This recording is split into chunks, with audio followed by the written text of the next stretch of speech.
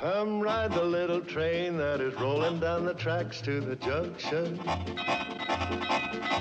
Forget about your cares, it is time to relax at the junction. Lots of curves, you bet, and even more when you get to the junction. Petticoat Junction. There's a little hotel called the Shady Rest at the junction. Petticoat Junction. It is run by Kate. Come and be her guest at the junction. Petticoat Junction. And that's Uncle Joe. He's a moving kind of slow at the junction. Petticoat Junction.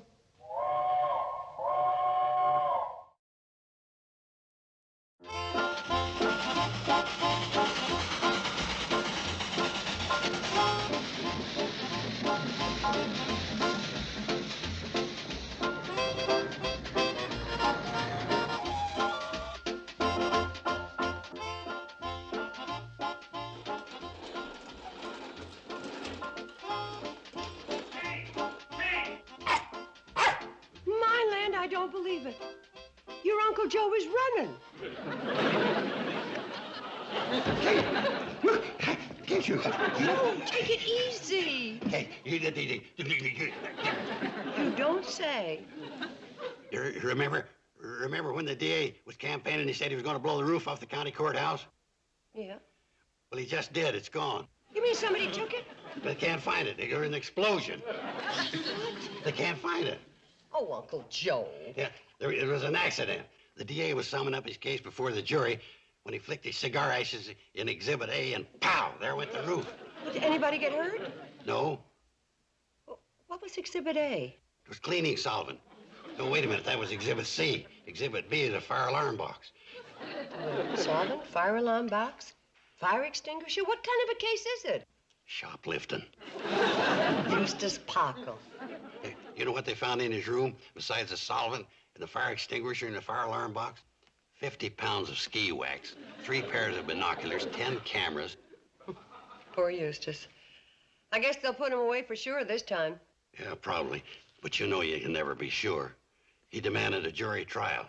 Probably go on for days and days. Well, that'll make the Pixley Hotel happy. That'll make the 8th locked-up jury they've had this month. How come they get all the jury business? Well, they're handy to the courthouse. Yeah, well, supposing they were full up, what would they do with the jury then? Oh, don't worry, Uncle Joe. They're never filled up any more than we are. There might be a convention or something. What kind of convention? That's right. I'm the Royal Order of the American Buffalo Head. I'm the head. What do you mean you've never heard of our organization? Didn't you see the newsreel pictures of us parading down Broadway last Thanksgiving Day? Holding on to all them big blowed-up animals?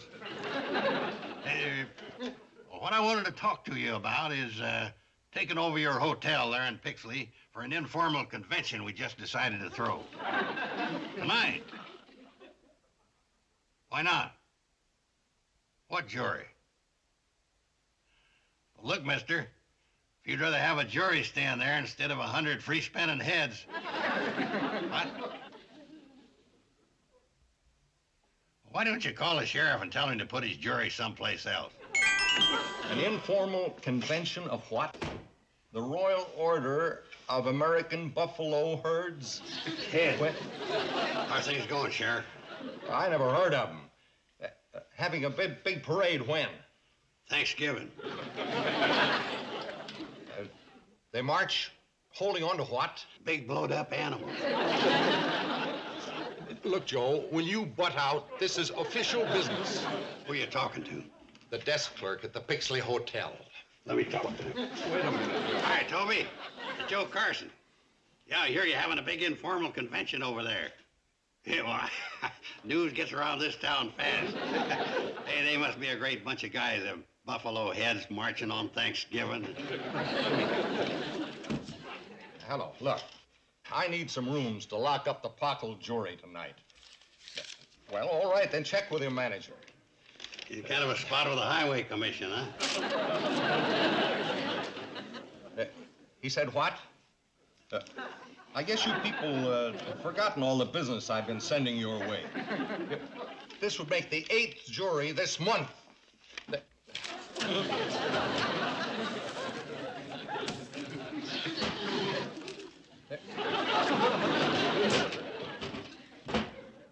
All right, if you won't play ball, there's a few violations around that hotel that I've been overlooking. All right, you'll be hearing from me, though.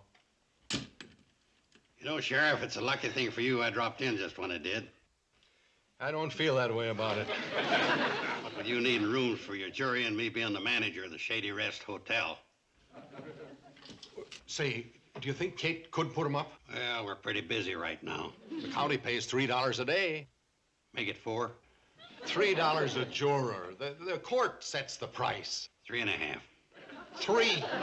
There are a few violations at the Shady Rest that I've overlooked, too. Okay, $3. We ain't uncivic-minded like that Pixley Hotel. Forget our civic duty the minute a bunch of buffalo heads come to town. Who's coming? The jury. What jury? The Eustace Pockle jury. Well, what are they coming here for? Kate, a lucky thing happened. The Pixley Hotel's all filled up and they're expecting a convention. What convention? The Royal Order of American Buffalo Heads. Uncle Joe, what's the jury coming here for? Well, Did you hijack the jury? Kate, that Pixley Hotel's been robbing the county blind for years, charging $3 a day. Well, we couldn't do it for any less. Don't worry, Kate. We're getting 4. $3 for the room and board, and I didn't mention the blankets. That's where the other dollar will come from. Oh. I wonder what it'll cost the county for the jury when you're on trial. Kate, they'll be here any minute. We've got to figure out where we're going to put them. You got them here. You figure it out. It ain't hard. Bailiff gave me a list of all the names. You just got to go at it scientific. Go. Lend me that. Now, this parsley peeled potato is Otis Clute. It does have his eyes. Well, now, Otis is in number 5. Let's see, who we put in with him? Oh, how about Jim Updegraff? Cucumber doesn't agree with Otis Clute. He'll only be there for one night. Now, at number 6, we'll put this tomato. That's Roma Kittleson. That's Roma's figure, all right. I got her bunking with Eleanor Standish. Oh, how about this eggplant for Eleanor? Okay. Now, this radish is Rudy Blanche. I got him in number 7 with Bruce Bigelow, the bell pepper. Oh, you can't do that. Why not? Because Rudy Radish and Bruce Bell Pepper don't get along. That's right. Well, then I'll have to switch the pepper for the cucumber and the radish for the potato. Oh, Uncle Joe, that's splendid. Now, where are we going to sleep? Oh, don't worry about that. I'll work out a way.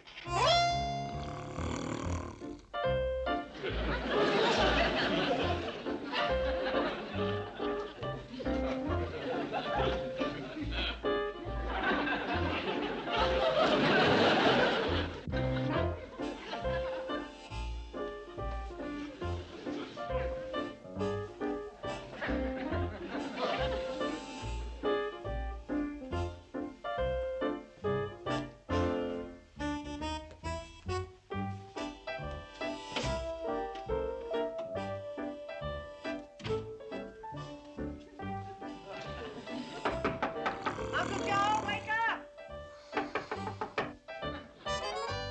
What's the matter? There's somebody out here wants to see you.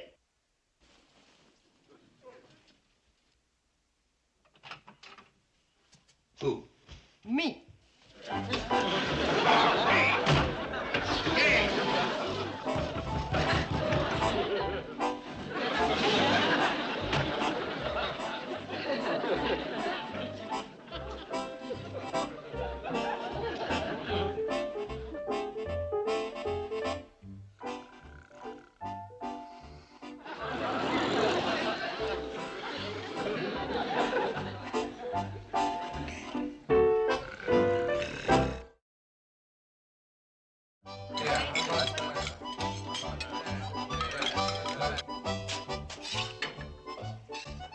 The jury wants more eggs. They've already had 4 helpings each. More pancakes, Mom. And more bacon. You know something? If that jury deliberates half as fast As they eat, they're going to be out of here before lunch.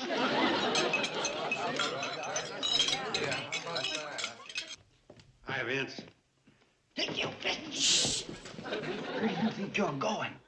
What, to eat my breakfast? What, not in the dining room. You ain't. The jury's in there. Well, where am I supposed to eat? In the kitchen. Okay. Can't go in the dining room nor through it. Now, you go on around the back way. Being Bill is sort of going to your head, Vince Tucker. Remember, I knew you when you were in charge of muzzles for the sheriff's bloodhound.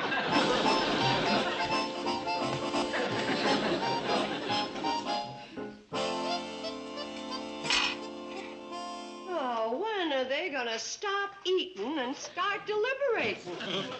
You imagine the nerve of that bailiff making me walk all the way around the house to get my breakfast? Well, what do we got? I'm hungry as a bear.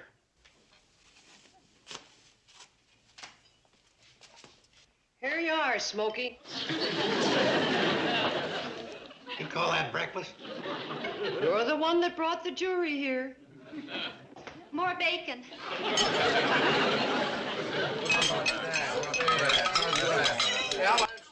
Poor Eustace Pockle. He's being tried by a panel of vultures.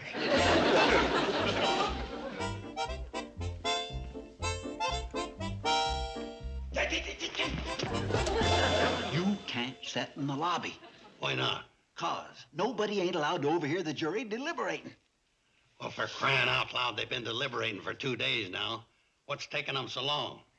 It's got to be them women. One woman on a jury's bad enough, but this one's got to have 5. Joe, I told you to... Women never know when to shut up. It's blah, blah, blah, blah all the time. Joe, will you This was an all-man jury. It would have been over and done with. If Eustace was guilty, he'd be in jail. If he was innocent, he'd be out shoplifting again. Now, you take Sissy Waldo in there. Joe, Carson, if you don't shut up, I'm gonna ban you from the hotel. Now, you get out of this lobby while the jury's in session. How come you can stay?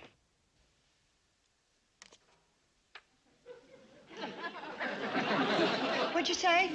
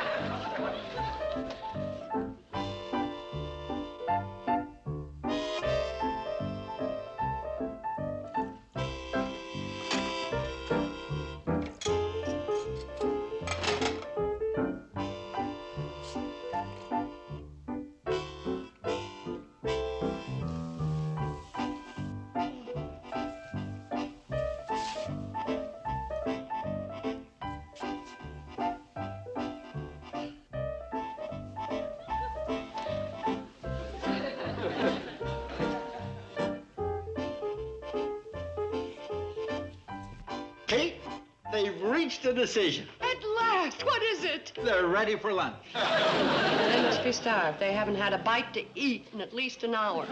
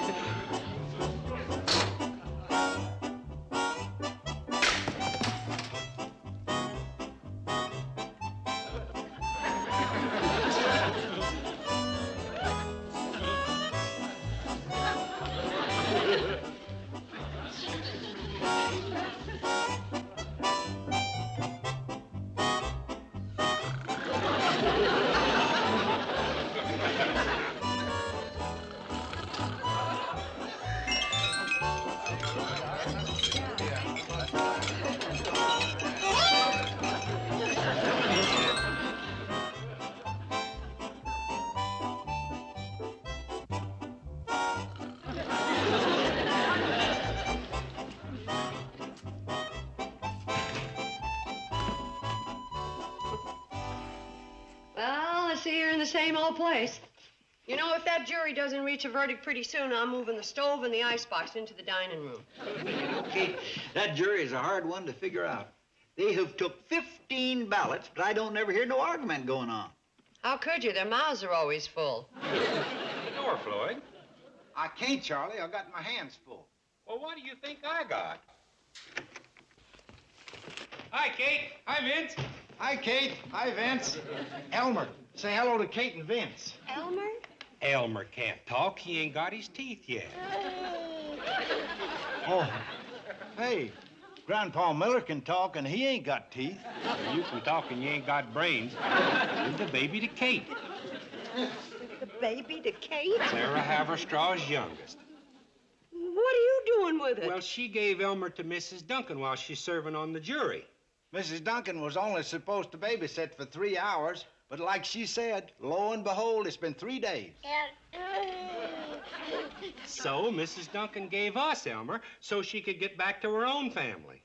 Elmer liked riding up in the cab with us, but I guess he got a little train sick. Yeah.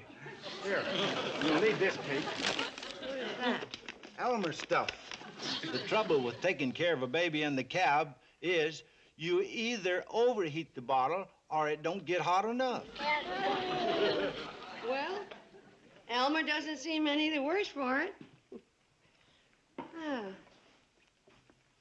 Who put this diaper on? I did.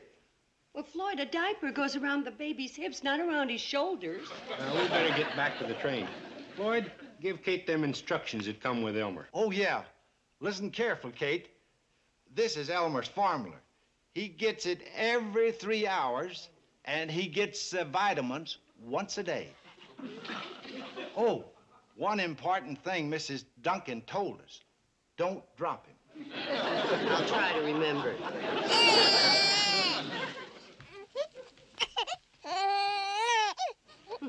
This baby needs its mother.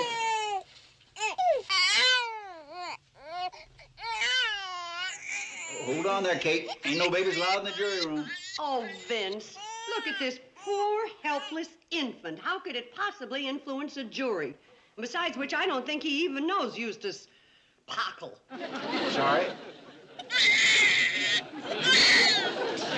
Keep that baby quiet. Kate, you gotta do something. Well, I'm trying, but I can't find his volume control. Well, you've had 3 of your own. I'm a little out of practice, but I will try and... Look what Floyd used to fasten his diaper. A cotter pin off the cannonball. Come on, Elmer. You're under new management.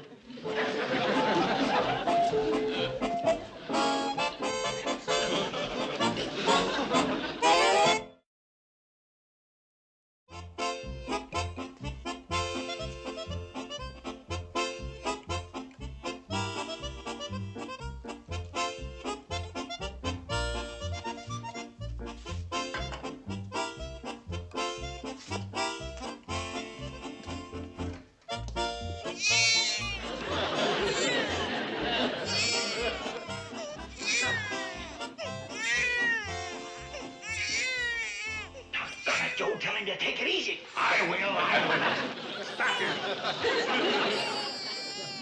Stop your belly. You'll get your dinner. You babies are all alike. Always fussing over something minor like food. Shame yourself.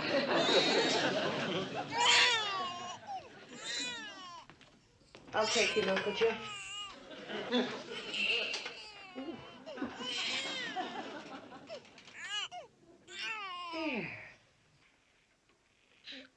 What good is he? All he does is lay around waiting for somebody to feed him. Hasn't done an honest day's work in his life. All he does is find fault. Yes. And he even looks like you.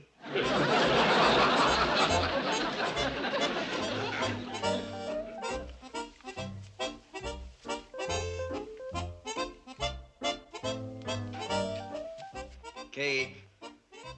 I know. Dinner.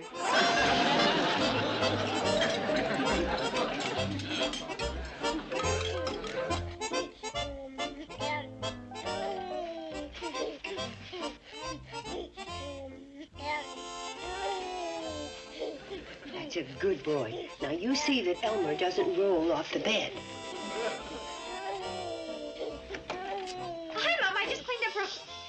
I just got him quieted down. Maybe we'll have a little peace around here. What's that? Just some chickens cackling in the lobby. Chickens in the lobby? Betty Jo, you've been working too hard.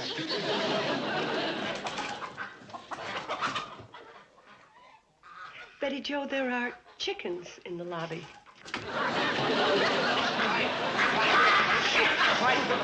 Quiet down, girls. Boys, you heard the bailiff. Quiet down. Quiet! There's a jury deliberating in there. Don't keep quiet. You'll have to go. Well, they're gonna have to go anyway.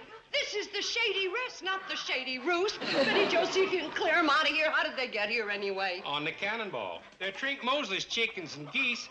I reckon they just got lonely for Trink, him being on jury duty so long. When we stopped at Schaefer's Crossing, the chickens got aboard. We didn't know it until we got almost here. Well, you can just herd them back on the train and take them back to Mosley's farm. There ain't nobody there. Trink's boy's gone back to college. Don't worry, Kate. We'll bring the feed on our next run. Yeah, come on, boys. Boys! We gotta get back to the cannonball. Boys! Boys! Boys, wait a minute! Oh.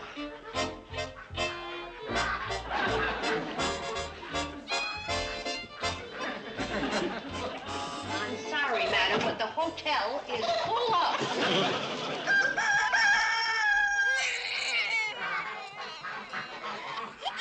All right, Big Mouth, see what you did? You woke up Elmer. What does Charlie Floyd mean?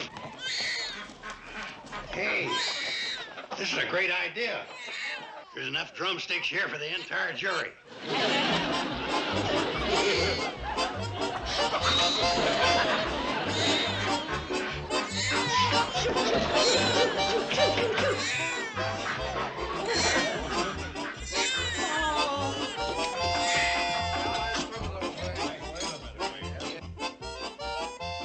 Look how contented Elmer is.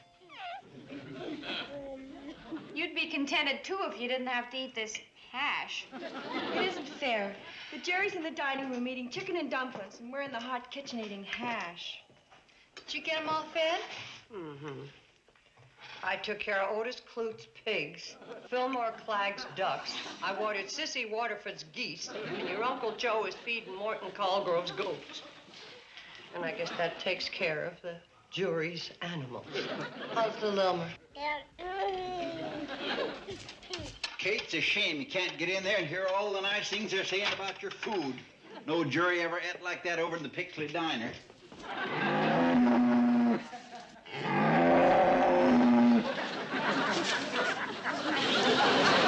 No. Bucky Dinsmore's Guernsey. Cows, pigs, chickens, goats, geese. All we need now is a horse. Come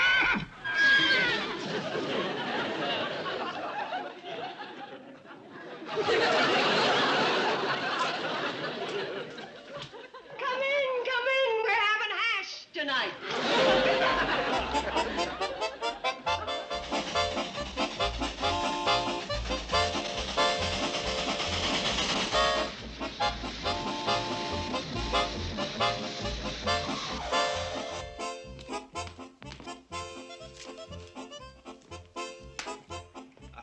I saw Judge Gregory, and he gave me this.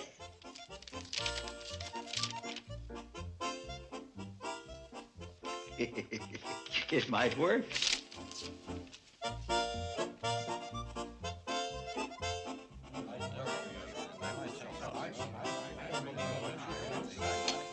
Have another jumping, Betty Jo. Thanks, Mom.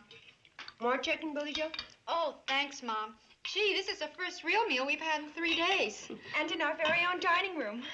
That jury. They haggle for 3 days, suddenly they reach a verdict, and they clear out in 2 minutes. Yeah, Mom. What was in that note you gave to the bailiff?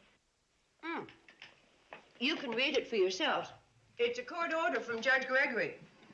He ruled that until the jury reached a verdict, they would have to eat all their meals at the Pixley Diner.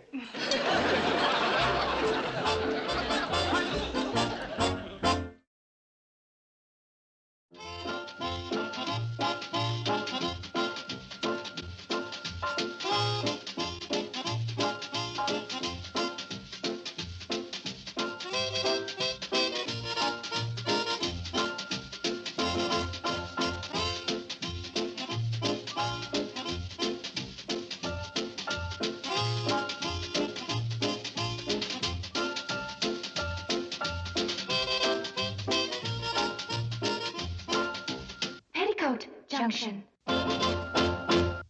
This has been a Filmways presentation.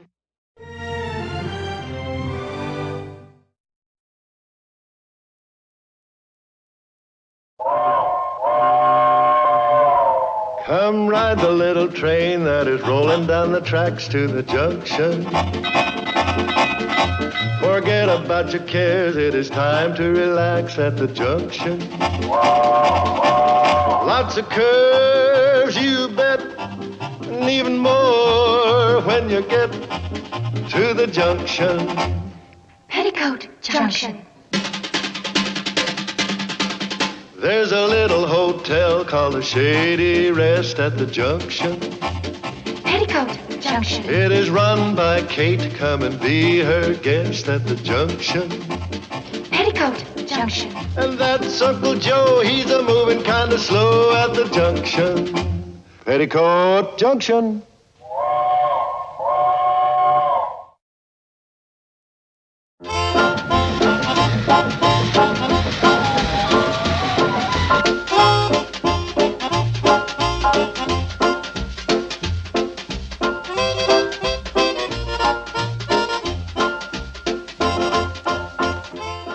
They're lovely. Oh, I didn't hear you come in. This is charming. Absolutely charming. And the conductor told me all about you. I assume you're Mrs. Bradley. Yes, and you're, I hope you received our letter reserving 2 rooms. You're Mr. Dobble. No, I am David Benton. This is Mr. Dobble.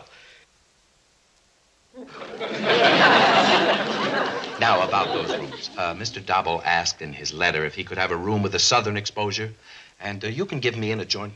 What?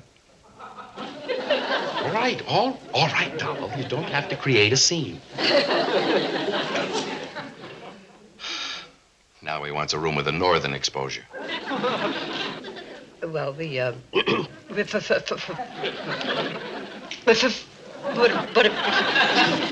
Mrs. Bradley. Look, Dobble, why be so fussy? A room is a room. Now, Mrs. Bradley, will you stop tugging at my sleeve? We'll discuss this later. I'm sorry. It's been an exhausting trip. well, if you're not used to the cannonball, it can jiggle your brains a little loose. I'll register if you don't mind. Oh, yes, of course. There we are.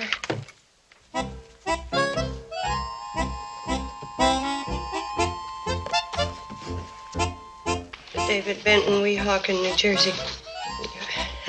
How about Mr. Dobble, will you stand still?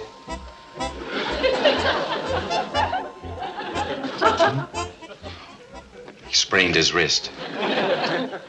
Does it hurt? Oh. Well, I'll sign for him. Sorry about your wrist. Donald D. Dobble. Oh, he's from Weehawken, too. Oh, yes. We've been in business together for years. Oh. He's your silent partner. Beg your pardon? You're a musician? Oh, this? Oh, no. Mr. Dobble is the musician. After the tensions of the day, the saxophone kind of relaxes him. He doesn't look like a musician. He doesn't? Well, that's funny. Most people think he does. Well, anyway, can we have our keys? Oh, yes. Mr. Benton, you're in number 7, and Mr. Dobble is number 5. Here, I'll take it. Now, Dobble, leave the luggage alone. You'll strain your wrist again. Give it a chance to heal.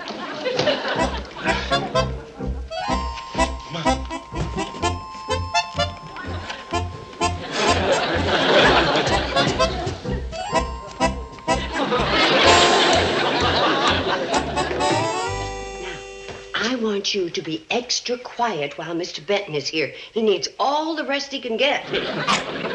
And if Mr. Benton talks to his friend, Mr. Dobble, and you don't hear Mr. Dobble or see him, you act like you do. Understand?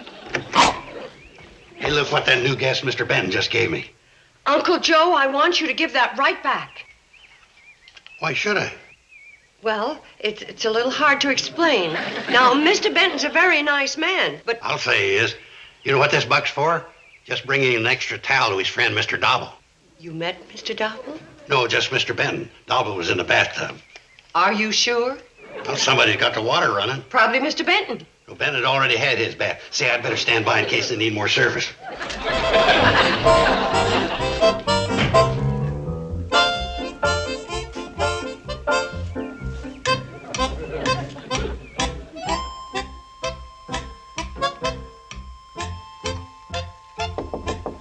Mr. Dobble.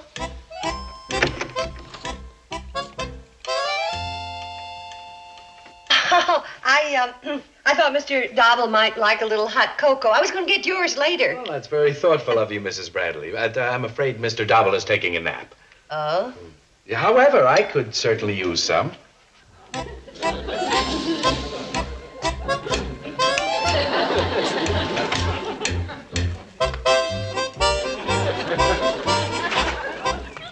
you doing that ladder, Kate? What ladder? The one you're fussing with. Oh, this old thing. Well, I was going to wash the windows on this side of the hotel. What's the matter with you, Kate? The girls washed them windows this morning. Well, I know that, but remember the old saying, twice clean window is a nice clean window. What? That don't make sense. Now, Uncle Joe, don't argue with old sayings. Now, tell me, have I got this under number 5? 5? That's Mr. Doble's window. Well, hasn't he got a right to clean windows? Well, sure he has, but... Well, and don't talk so loud. He's taking a nap.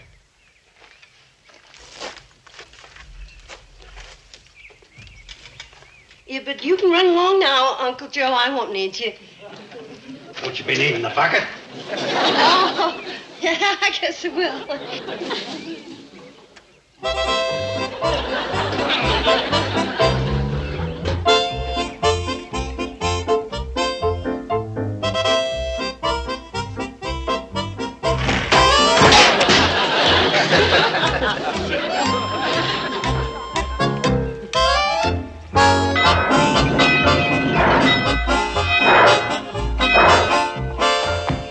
Hey, Mom, we're home.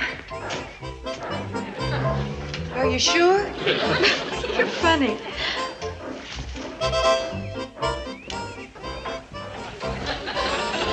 Yeah, you're home, all right. Mom, are you okay? Oh, yes, I'm fine. I've never felt better. Did Mr. Dobble and his friend get here? Oh, yes, they're both here, I think. What? What's Mr. Dobble like? Mr. Benton's very charming. He's kind of tall and handsome and dresses nicely, and I'd say he's, about 35. What's Mr. Dobble look like? Well, he's a little hard to describe. Is he good looking like Mr. Benton? Oh, no. I mean, yes. Well, yes and no. Is he tall or short? Well, he's a little of both. He can't be both. Which is he? Now, girls, look, you both had a hard, strenuous day at school and a long trip home under the cannonball, and you're tired. So why don't you rush up to your rooms and lie down and take a nice, good, long rest? But we're not... Now, Mother knows, on your way. Forget what I said about Mr. Benton and keep an eye on me.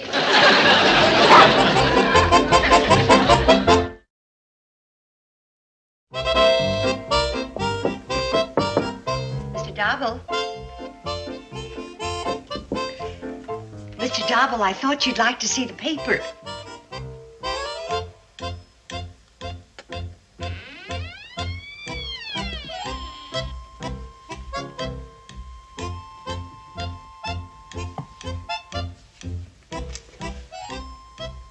Plays of Shakespeare. Ralph Shakespeare?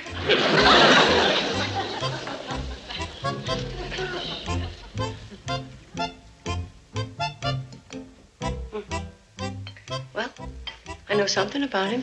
He reads and he smokes. And he's married. Well, it's normal.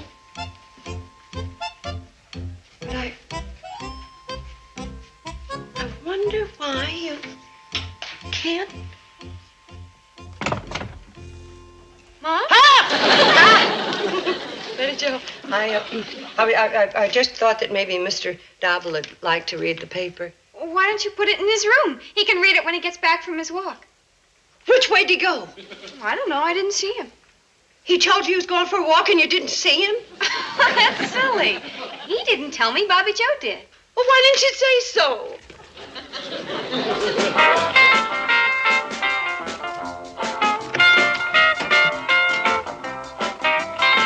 All right.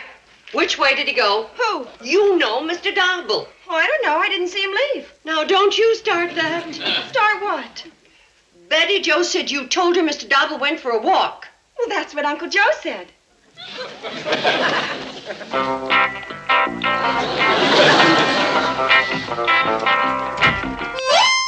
If you just calm down and listen, Dobble borrowed my fishing pole.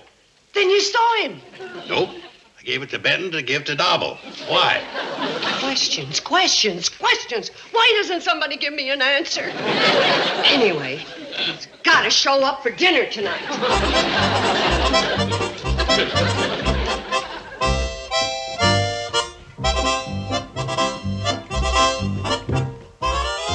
I knocked on their doors again, Mom. Mr. Benton said they'll be down in a minute. Gee, you were sure right about Mr. Benton. Yes, he sure is nice. What do you think of Mr. Dobble? Oh, we haven't met him yet. Well, I think you'll find him kind of interesting. Honestly, Dobble, you're impossible. Now get this, I'm not going to put up with this nonsense much longer. Uncle Joe, sit down. Why do you have to take everything as a personal attack? All I said was that some fathead in the Home Office lost the account. Wait a minute, Dobble. Come back here. Where are you going? Good evening, folks. Good evening, Mr. Benton. That's your place. And that's Mr. Dobble's. I'll have to apologize for my partner. He won't be joining us tonight. Oh? Oh, that chicken looks good. You know, it's a shame Mr. Dobble's going to miss dinner. Maybe if I went after No, it... no, Mrs. Bradley. Let him sulk. Let him sulk. If he wants to be silly enough to pass up a meal like this, well, I'll just eat his share.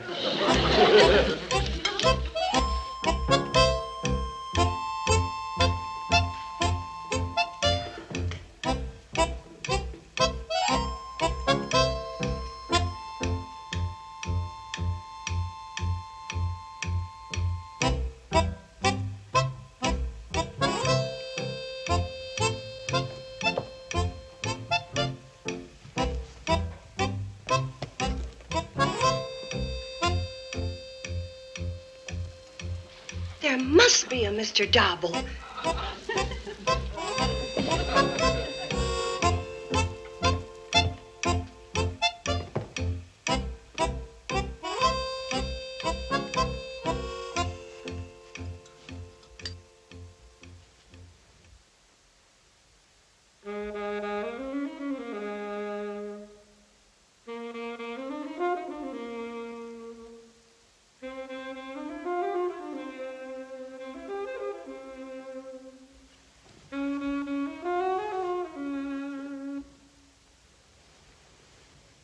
Did you hear that? You didn't, huh? I must be losing my mind.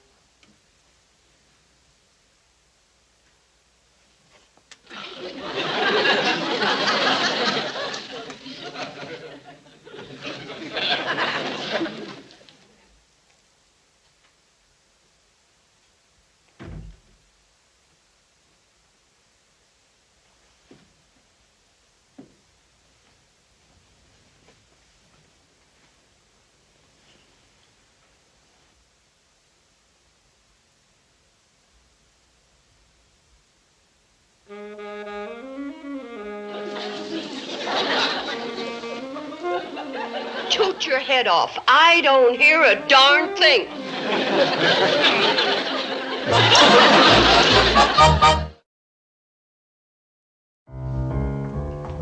Morning, Mom. Morning, Billy Joe.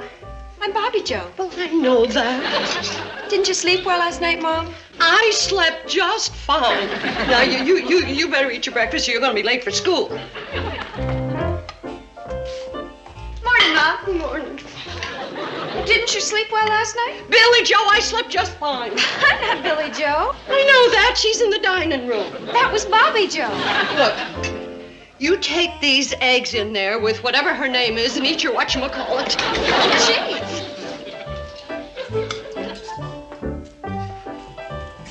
Kate. Gee, Kate, you look awful. Thanks. A woman could go all day on a compliment like that. Well, you do look awful, Kate. Just look at those circles under your eyes. They look like you're wearing stove lids. You fix your own breakfast.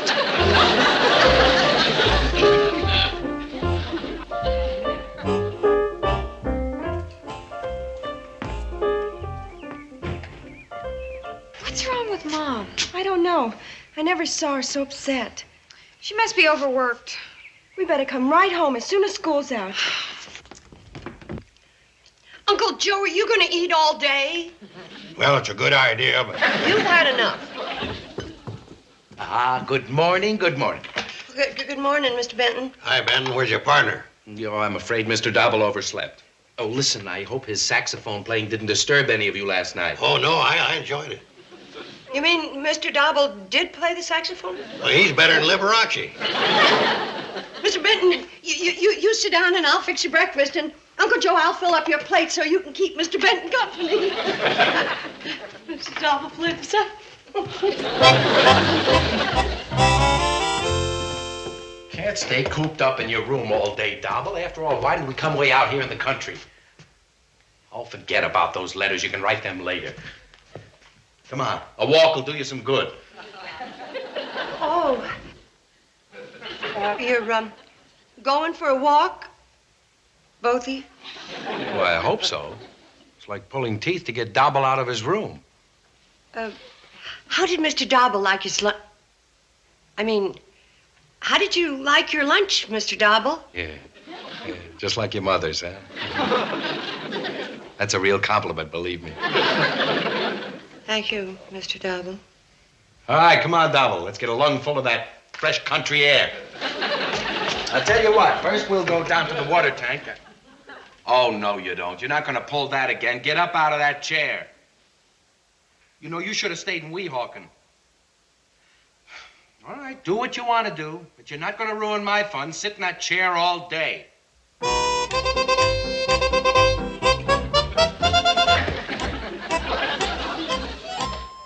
Mr. Dobble, you really should have...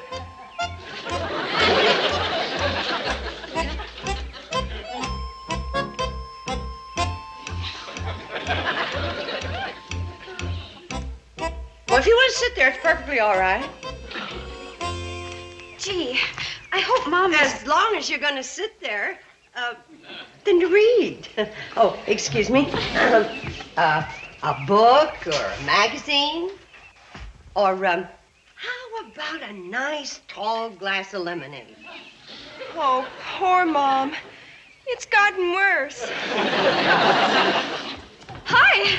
Oh, girls, you're home early. Kate, I want to ask you something. Not right now, Uncle Joe. I got to get Mr. Dobble a glass of lemonade. Excuse me. Mom, there isn't anybody there. Oh, he's there, all right.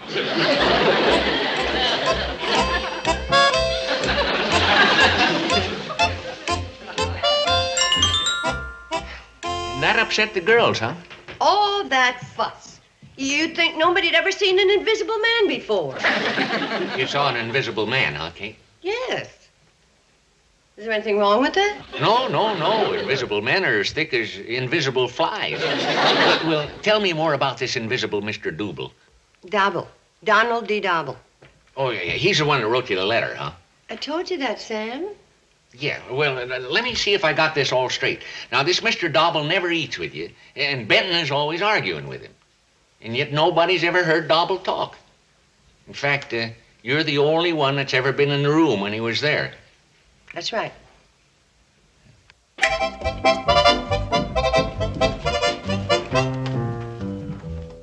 What are you doing, Sam? I'm looking for that magazine. There's an article in it that just fits what you told me. An article on invisible men? No. Well, I must have given it away to the Boy Scout paper drive. No, it was an article by this psychologist, and he was explaining how a lot of strange things happen. Oh? Yeah. What you told me comes under the head of sympathetic hallucination. It's as simple as that. Well, it may be simple to you, Sam, but it isn't to me. You mean that I've got hallucinations? Yeah. No, this fella Benton has hallucinations. You see, he thinks there's a Mr. Dobble, and through the power of suggestion, he's got you thinking there's a Mr. Dobble. Oh. You mean that Mr. Dobble is a figment of Mr. Benton's imagination, and his figment got tangled up with my figment? That's right. Thanks, Sam. I think. Mr. Benton's figment, Mr. Dobble. Gee, Mr. Dobble sure wears expensive shirts. After all, he does come from Weehawken. If I knew a man with shirts like these, I could sew buttons on them all day long. Where's Mr. Benton? Mom, we just finished sewing a button on Mr. Dobble's shirt. That isn't a shirt, that's another figment. Figment? It's a shirt, feel it. My lands. That sympathetic hallucination is contagious. Now you girls have got it. Mr. Benton's got to go. Mr. Benton! Mr. Benton! Ah, Mrs. Bradley, you're back. Did you pick up any mail for me? Mr. Benton, I'm going to have a talk with you. I'm going to need your room, so you and Mr. Dobble are going to have to check out. But, Mrs. Bradley, we reserved the rooms for 3 weeks. Well, I'm sorry, but a convention completely slipped my mind. Convention? Well, you girls remember that? The State Department's taken over the entire hotel. There's a delegation of little invisible green men from Mars, and they're going to check in here in 10 minutes. Mom? Now, there's very little time, so you better pack, both of you. Well, Mrs. Bradley, this leaves Mr. Dobble and me in a rather embarrassing position. If we leave now, we won't be able to pay our bill. I was expecting a sizable check. Well, just forget it. The room and board's on the house. It's been nice having you, and goodbye. Shh. Well, number 5's all back to normal again. If there wasn't a Mr. Dobble, who slept in this bed? Oh, well, you see, that was all part of poor Mr. Benton's hallucinations. Sam read this article, and... Mom, somebody's downstairs. Now, who could that be? Well, don't you remember? It's those invisible little green men from Mars.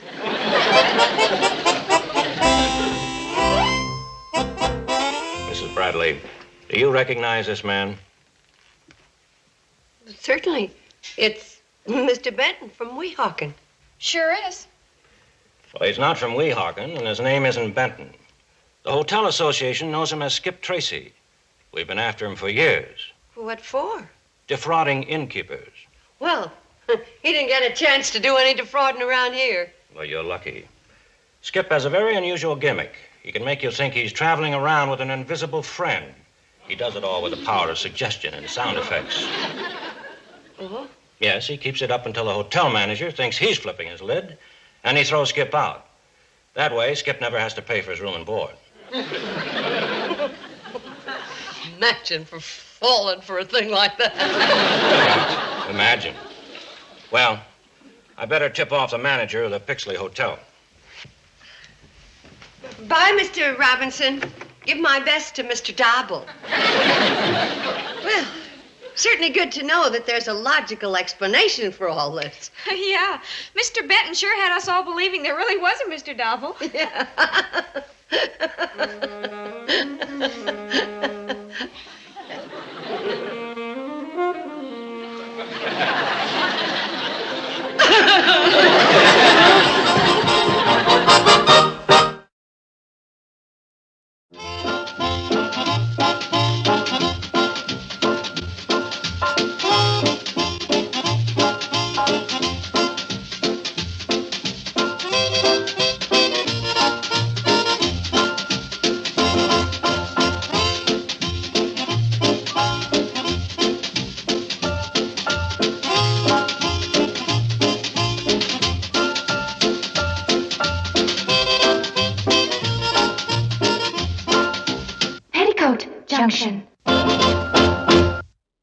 giving a Filmways presentation.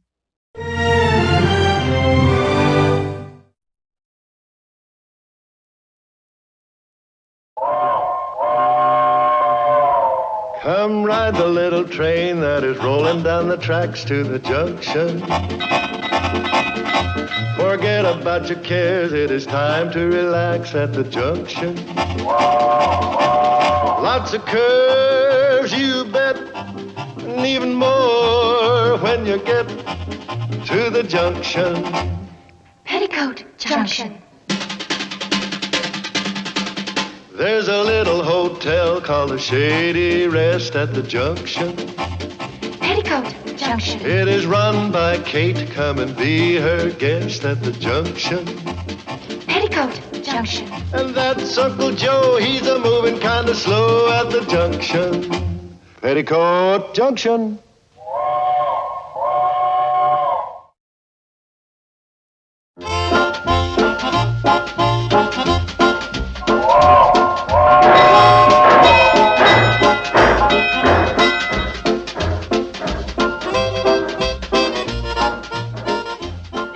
Your letter of the 14th. I shall be in your neighborhood soon to inspect the Shady Rest Hotel for a possible convention. A convention? Gee, that's terrific. Now do you suppose we can get that new set of encyclopedias? Puppy Joe, we haven't even landed it yet, and you've got the money spent. Mom, you're a cinch to get it. Sure, you just need confidence. You're going to need more than confidence. He is also considering the Pixley Hotel. The Pixley Hotel? Mm-hmm. He's going to look us both over. What do they have that we don't have? An elevator for one thing, telephone for another. But when he tastes your cooking, Mom, he'll be hooked. That, young lady, is my ace in the hole. Now, I've got a lot of work to do. Where's Billy Joe? Well, let's see. What's number 4 going to need outside of a new room? Well, first of all, it could stand some new wallpaper. Oh, you're right. This wallpaper's been up so long, the roses need pruning. Number 4, new rose pattern wallpaper. Repair cracked ceiling. Woodwork needs varnishing. And I think the hallway can stand a coat of paint. Paint? You expect me to paint the hall, too? And so you don't forget, Billy Joe, give him the notes. Here you are, Uncle Joe. Oh, I can't read them chicken scratches. Oh, they're shorthand. I'll transcribe them for you.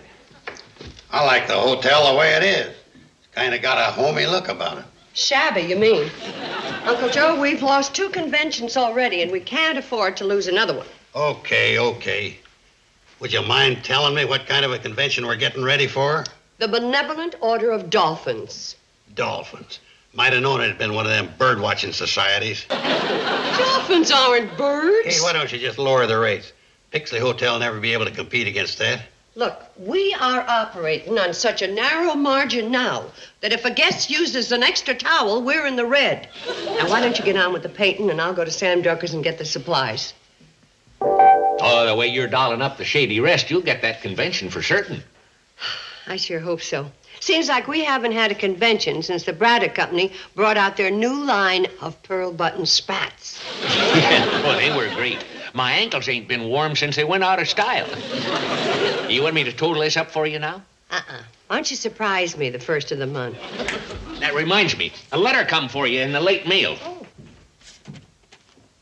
Oh, you better have this first. Aspirin? But I don't have a headache. You will have when you see who the letter's from. Tax assessor. Ooh, Sam. Isn't as bad as I thought. They only increased our taxes $6. $6 increase? Why, them filibustery, pork-barreling, feather-bedding politicians, ain't they got nothing better to do than to raise a man's taxes? I don't know what you're getting so steamed up about. I'm the one who has to pay them. Well, it's a good thing I'm around here. You'd let them walk all over you, Kate. Uncle Joe, nobody's walking all over me. I expected the taxes to be raised sooner or later. Kate, I ain't taking this lying down. When I get through, the Boston Tea Party will look like a coffee clutch. And get this, Mr. Tax Assessor. Joe Carson, the general manager of the Shady Rest Hotel, ain't gonna sit still for no tax squeeze to line some grafting politician's pockets. Got that? Uncle Joe, isn't that kind of strong? I'm just getting warmed up. Read back what you got so far. Dear Mr. Tax Assessor. Hold it right there. Scratch out that dear. I want them to know I mean business. Kate, you got nothing to worry about. This letter I wrote the tax board's a cinch to get our taxes lowered. You mind if I read it? Masterpiece, ain't it? That ought to shake 'em up. It already shook me up. It's not only impolite, impertinent, inaccurate, and impossible, but... Kate, there comes a time when you've got to stand up for your rights. Put your foot down. I am putting my foot down. Leave well enough alone. It's only $6. Kate, it ain't the money, it's the principle. Uncle Joe, how come with you it is always the principle and never the money? T-A-X-E-S, taxes. A-R-E-R. Or, how do you spell outrageous? Never saw such a dumb mutt. Taxes are T-O-2-H-I-I, period. There. Women. They don't understand how to handle bureaucrats. It's a good thing they got me around to look after their interests.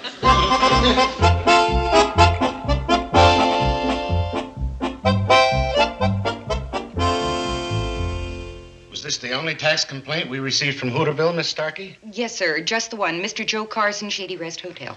It seems he not only demands we lower his taxes, but claims it's unpatriotic, unconstitutional, un-American, undemocratic, and unlegal. Unlegal? That's a lot of uns. Shall I send him our usual form letter, Miss Albright? Yeah. No, on second thought. This one sounds like a real nut. I'd better go out there and handle it personally. $6?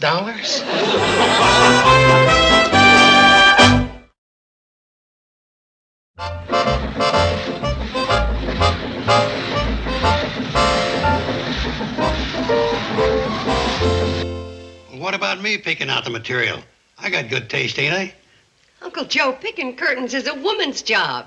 Now, would you please clean up the hotel? I don't want it looking like a depressed area. Come on, girls. Women.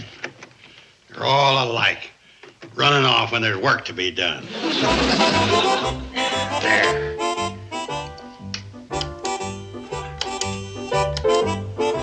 What's wrong with this contraption?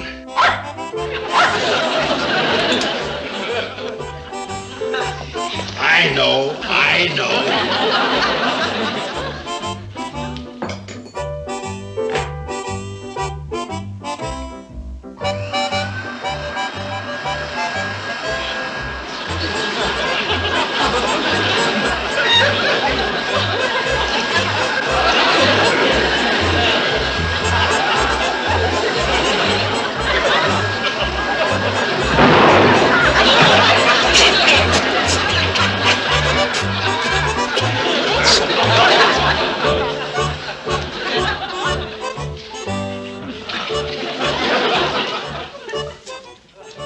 No wonder this place looks like a depressed area. There's only one man to do all the work. Depressed area. That gives me an idea on how to deal with that tax man.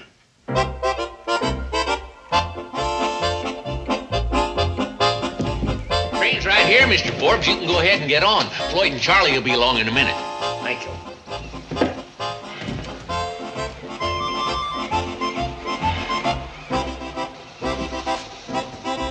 Where have you fellers been? Been over at the barber shop watching haircuts. Yeah, we watched Dobie Shortridge get his haircut, and then we watched Jed Watson get his Yeah, well, haircut. some other time, Floyd. You know who just got on that train? Who? Mr. Forbes, the fella that's going to pick a hotel for the Benevolent Dolphins Convention. Well, don't worry about a thing, Sam. We'll tell Mr. Forbes how great Kate's place is.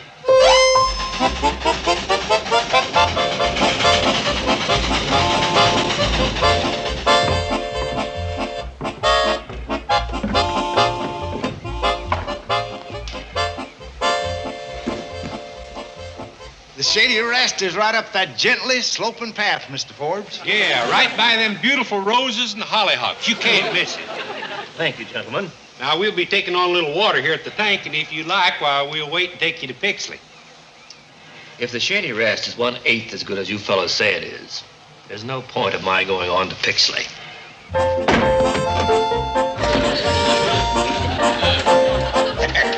That ought to bring tears to his eyes. I know the train's in. How many times do you have to tell me?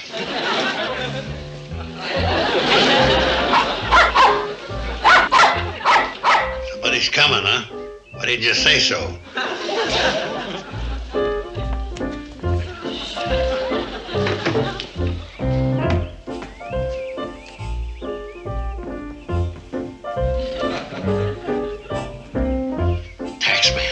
I knew my letter'd get action.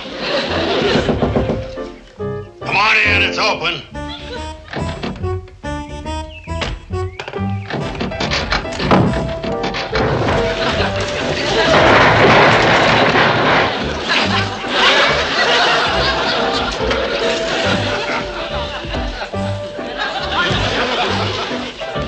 Terribly sorry. We've been meaning to get this fixed. The price of nails is so high, we just couldn't see our way clear. I'm Whitney Forbes. I assume you got my letter. Joe Carson, you got mine too, didn't you? Of course, that's why I'm here. Yes. Well, come on in, I'll show you around the lobby. Would you mind giving me a hand with this door?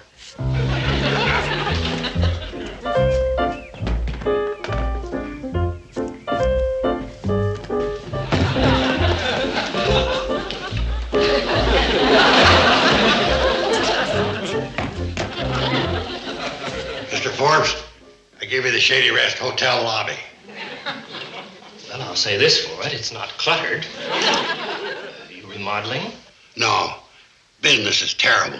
We had a cold winter. The furniture had to go for firewood. The rest, well, you know how high taxes is nowadays.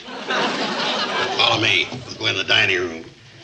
Carson, must we carry the door? I thought you might be hungry. Well, as a matter of fact, I did skip lunch, but what's that got to do with carrying the door? That's our dining room table.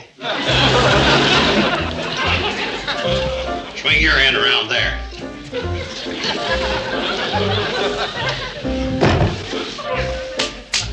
Well, it ain't the Ritz, but we don't get many complaints.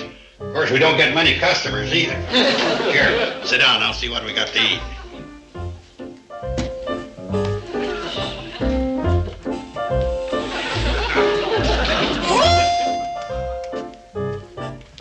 Some places go in for tea and crumpets. And we kind of go in for their heartier snacks. Go kind of easy on the cream and sugar. We're on emergency rations. Get you to eat, Mr. Forbes. And bonny appetite, as they say in France. On second thought, I'd better skip it, Carson. Doctor's orders. No rich gourmet dishes. Could I see the rest of the hotel? Sure.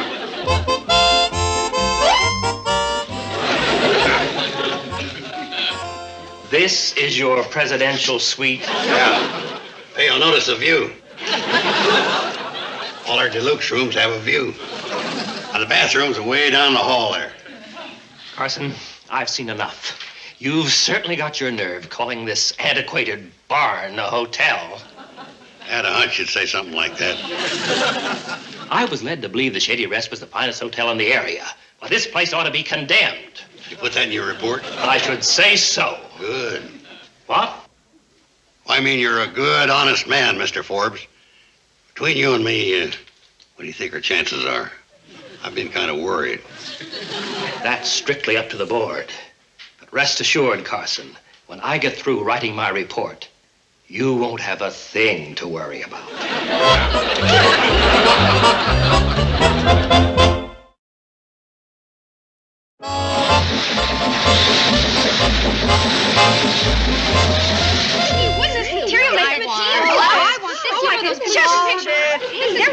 Hold it! This is beginning to sound like a rummage sale. Sam, what do you think I should do? Well, why don't you get all three? You've gone this far, you may as well go whole hog. Yeah, I should change all the curtains.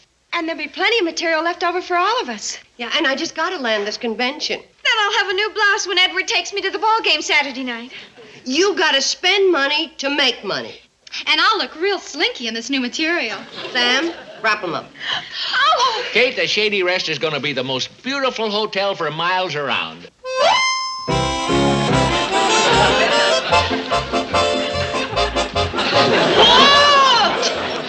must be St. Harold. Kate, I sure had him buffaloed. We'll not only get our taxes lowered, but we may even get some of that war on poverty money. Joe, you mean you actually... The furniture? All the low-down, underhanded, sneaky tricks. Kate, I pulled the greatest coup d'etat since Napoleon swindled Waterloo. You mean you made that man think of all the...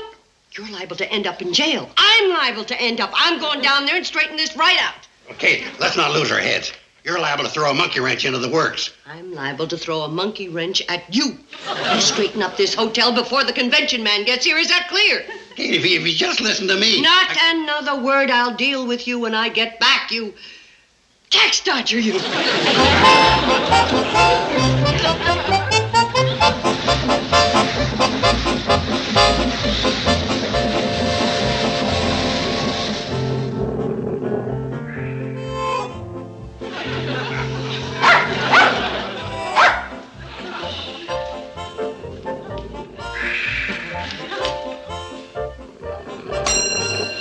Coming. Here in a minute. Oh, you dumb dog. That bell's for official business only. Uncle Joe, there's someone coming up the path. It's that convention man. I'll give him the Super Deluxe tour. Girls.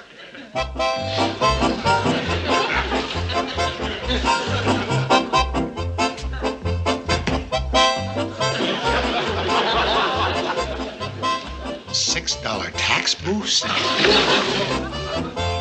Welcome to the Waldorf of the West, convention headquarters of the nation. Joe Carson, manager of this high-class establishment. I'm J.C. Albright. I was requested to inspect the Shady Rest Hotel.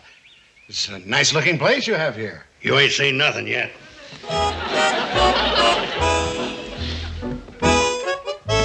Mighty handsome lobby. Yeah, practically everything in it's a priceless antique. Furnishings alone's worth a fortune. Is that so? We had no idea. You'll note that members of our huge staff are constantly busy keeping the place spotless. Girls.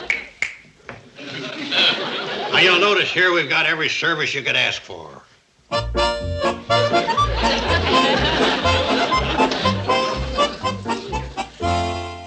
Racetrack information? Oh, sure. Yeah, we got every convenience, too. New elevator ought to be in most any day now. We're converting to one of them high-speed jobs. A high-speed elevator in a two-story building? Oh, we got a high second floor. This staircase is genuine imported solid mahogany. Better make a note of that. Mr. Carson, I hardly expected such cooperation. You're certainly giving me the facts. That's why they call me Honest Joe Carson. This pie is delicious. My compliments to Mrs. Bradley. She's an excellent cook. Well, she should be. She studied in the Louvre in Paris. Girls, look in our fully automated kitchen and see if the imported caviar and champagne's got here yet. I must admit, you have quite a place here, Mr. Carson. Wait till you see our recreation area. We're thinking of buying 50 more acres, putting in swimming pools, tennis courts, maybe even a landing strip. An additional 50 acres, eh? Mr. Carson, it appears you have a prosperous operation. I can't complain. How's it look to you? Fine. I'll submit my report and we'll take it under advisement, Mr. Carson. Goodbye, Mr. Albright. Gee, Uncle Joe, you sure did a selling job on Mr. Albright. You sure did. Boy, I'll say. Just like taking candy from a baby. You girls can knock off now. The convention's in the bag.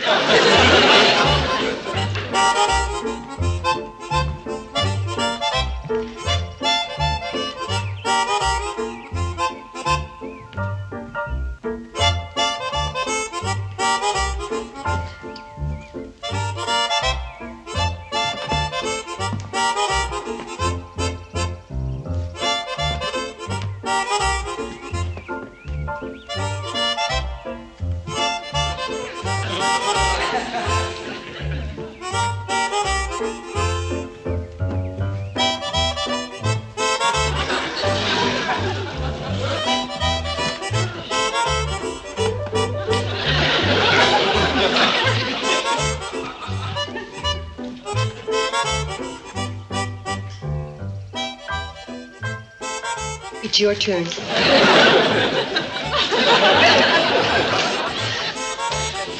When on earth will that train get here?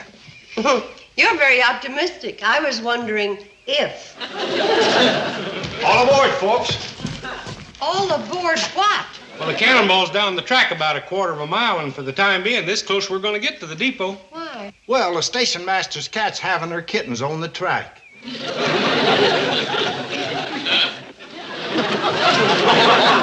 What's the matter with you? Don't you have any respect for motherhood? Probably just as well you dolphins ain't having your convention at Kate's place. You're not Mr. Forbes. I certainly am. Well, I'm Kate Bradley of the Shady Rest. You have my deepest sympathy. How anyone in his right mind could call that place a hotel without a stick of furniture, windowless rooms. Oh, for heaven's sakes. Then you're the... Well, Uncle Joe thought... Oh, no. Mr. Forbes, there was a mistake. There certainly was. No, you just got to see the Shady Rest again. I know you'll change your mind. I'm afraid not, Mrs. Bradley. We can be just as stubborn as you are, Mr. Forbes, and the cannonball ain't budging past the Shady Rest till you have another look. I can bypass your miserable railroad. I'll just take a taxi to the county seat. Not till you have another look at the Shady Rest. Boys! We're just giving him the soft sell, Kate. Be careful. No. My name's Albright. Well, we don't carry Albright. We carry shiny gloss, though. Get away from those biscuits. I'll wait on you as soon as I've finished with this customer. What? I said I'm the tax assessor. Now, look, I'm coming back out to the Shady Rest. Please leave a message for someone to be there. It's important. Tax assessor? Why didn't you say so? Okay, I'll get word to him.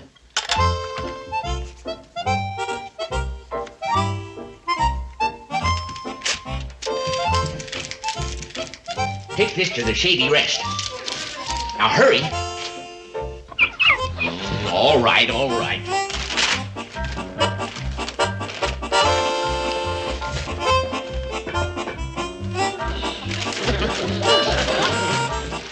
Here. Now go on. And don't stop for a snack along the way.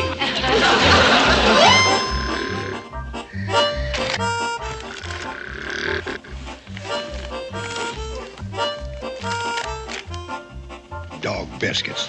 You wake a man up just to give him that? Least you could done would bring me some cigars. Oh.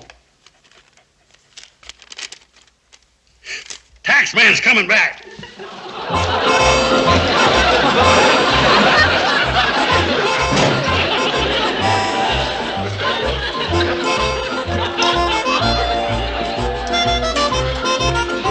Wait till you see what we've done to the hotel, Mr. Forbes. You won't believe your eyes. Perhaps I was a bit hasty. Oh, I know you'll reconsider. Now, see for yourself.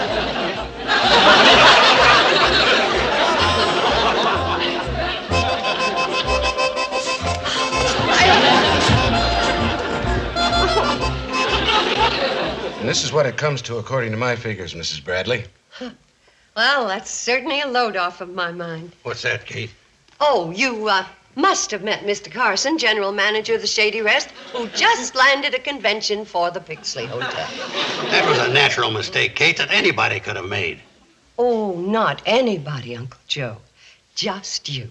Seems we made a mistake, too, Mr. Carson, on your tax bill over the past 10 years. You did? Yes. You were overcharged and have a refund coming of $126. It gives me pleasure to present you with this check, Mrs. Bradley. Thank you, Mr. Albright. This almost makes up for losing the convention. You mean we're getting money back? That's right. That letter you wrote called it to our attention. You see, Kate? You got me to thank for that. I told you it took a man of brains to handle Oh, for heaven's sake.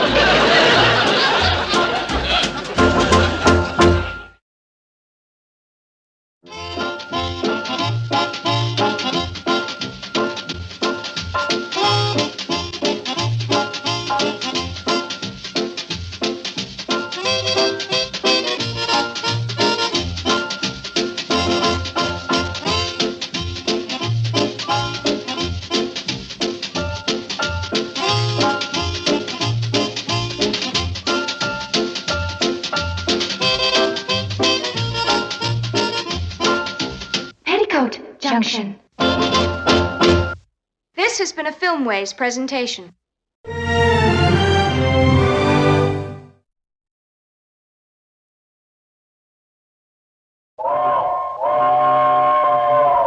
Come ride the little train that is rolling down the tracks to the junction. Forget about your cares, it is time to relax at the junction. Lots of curves, you bet, and even more when you get to the junction. Petticoat Junction. There's a little hotel called the Shady Rest at the junction. Petticoat Junction. It is run by Kate. Come and be her guest at the junction. Petticoat Junction. And that's Uncle Joe. He's a moving kind of slow at the junction. Petticoat Junction.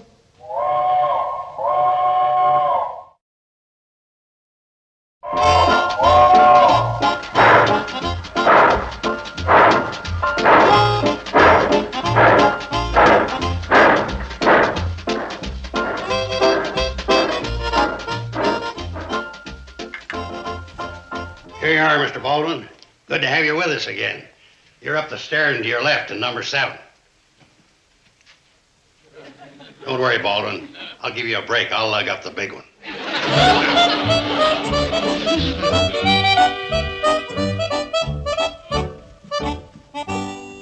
that Mr. Baldwin?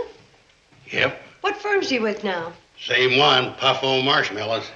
Isn't that funny? I heard he got a new job with a hardware company. Either that or these marshmallows have got ball-bearing centers.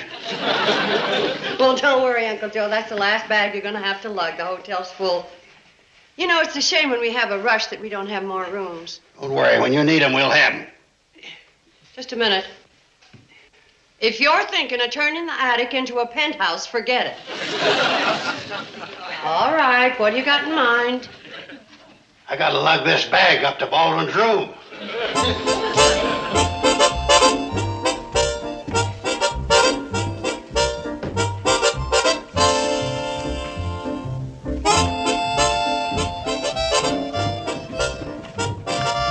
Bye, Mom. Bye, Billy Joe. Bye, Mom. Bye. Bye, girls. Bye, girls. Where are you going?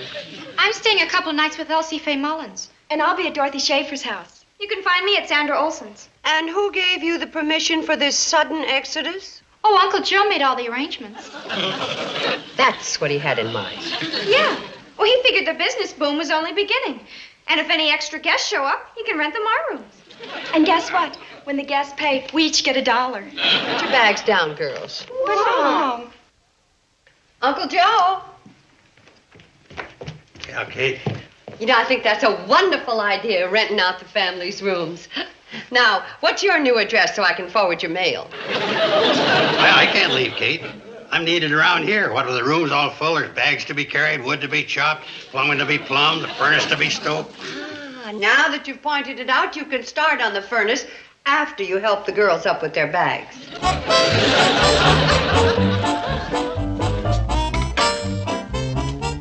Oh, that Uncle Joe. He shined them all right, but why didn't he take Mr. Stevens' shoes up to his room? Bobby Joe? She's cleaning number 5. Billy Joe? She's checking the linen. Betty Joe?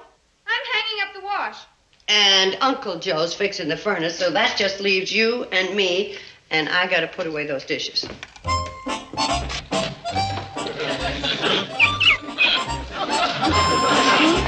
Oh, yes. Mr. Stevens is in room 6.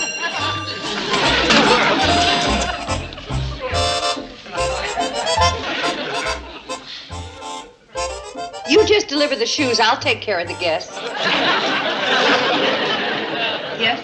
I'd like a room, please. Oh, I have awfully good news. Every room is full.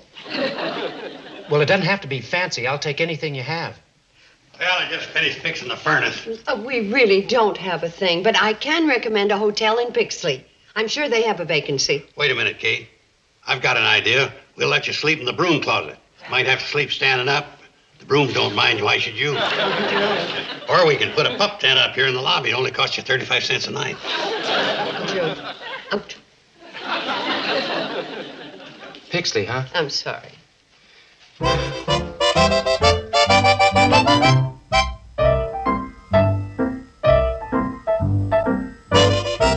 Welcome to the Pixley Hotel, Mr. Gilchrist. Now, you'll be just around the corner in 103. This way, Mr. Gilchrist. You need anything, Mr. Gilchrist, you just ring. Thank you very much. Well, at least we got one guest in the hotel. What's eating you? All right. I'll split the tip right down the middle. There. I never heard of a hotel owner taking half of a bellhop's tip. I got a notion to quit. Now, Elroy, you wouldn't do that. Leave me all alone in this big vacant hotel with nobody to talk to? Well, you can just go talk to that guy that Kate Bradley sent over here. Did you have to put it that way? Think of it, me, Murdoch Sneep, owner of the magnificent Pixley Hotel, subsisting on Kate Bradley's leftovers. I'll bet Kate Bradley wouldn't take half of a bellhop's tips. She's nice, and she is generous. Now, Elroy, she may pull the wool over your eyes, but I can see through her. She only sent us that guest so she could rub in her success. Hey, I bet I could bellhop at the Shady Rest. She can't lick 'em. Join me. Elroy, that is without a doubt the most craven, callous, contemptible idea I ever heard of. Why, say, how come I didn't think of it? Take care of the hotel. I'll sort the mail, Bobby Joe. Please help Betty Joe clean up number 5, huh? Okay, Mom. Hold it. This is no place for your lunchbox. Yes, it is. The cash drawer's full. Oh, thank goodness. For a minute, I thought you were taking money sandwiches to school.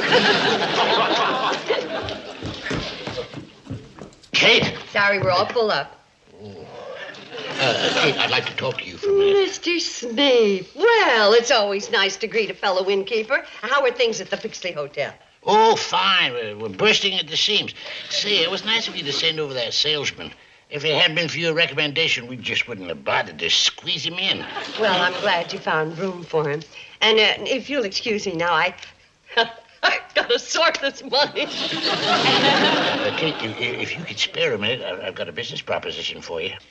Now, with you doing so good and me doing so good, I think now is a propitious time for us to merge our hotels. What'd you say? Kate, between the two of us, we could have all the hotel business in the valley sewed up tight. You're right, Mr. Sneap. I'd have all the full rooms, and you'd have all the empty ones. Well, now, I've got a big city idea for the name for our two hotels. Mine would be called the Pixley House East, and yours would be called the Pixley House West. Now, Kate, an idea like this just don't happen. Well, I don't want to appear rude, but I got a whole hotel full of guests to take care of. Mom, that guest to number 7 is so funny. Hello, Mr. Sneap. Hello, Billy Joe. The Colonel was telling me about the last hotel he stayed in. The only good thing about the room were the steam pipes. And they banged. I know. They banged so loud that he couldn't hear his teeth chattering from the draft through the broken window. I tell you, that Colonel Whitfield is a riot. Colonel Whitfield? Why, he stayed at the Pixley Hotel for 15 years. Kate Bradley, you hijacked my best customer. I did no such thing. He came here of his own free will. You just listen to me, Kate Bradley. By the time I get through with this place, it'll be known as the Poor House West.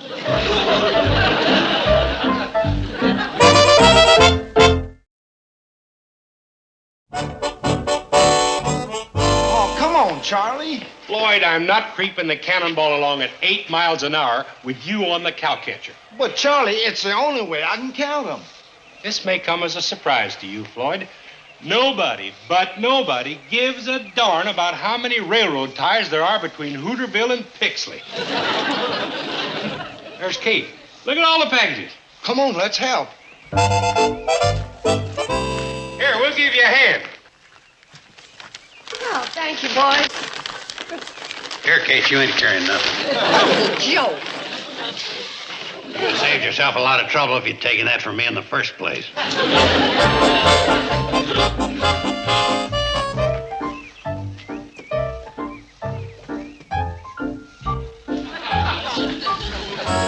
Advertising the Pixley Hotel.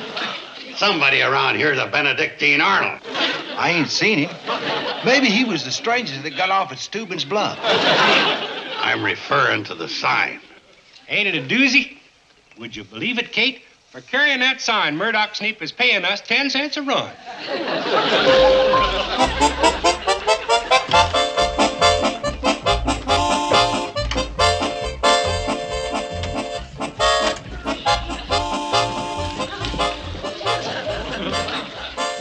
Hey, Kate, look.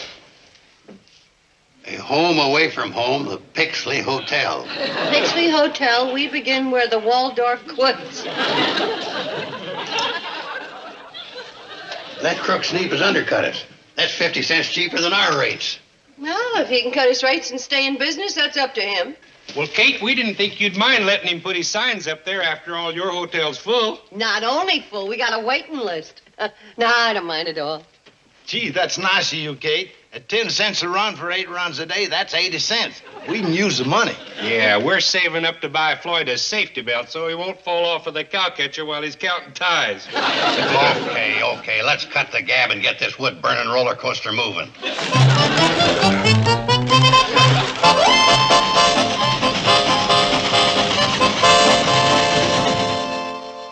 Now hear this, folks. The fabulous Pixley is the Valley's only high-rise hotel. Enjoy relaxed living 3 stories above the noise of the city. You traitor, you. That isn't nice. After all, Mr. Sneap has a right to advertise his hotel. You see, competition is what made America so great. Kate, we didn't have nothing to do with it. We'll rip it down. Well, advertising the Pixley Hotel on Shady Rest property is carrying things a little too far. Uncle Joe, you help him. Hold it, fellas. I think I got a better idea. That, Sneap, is only the beginning.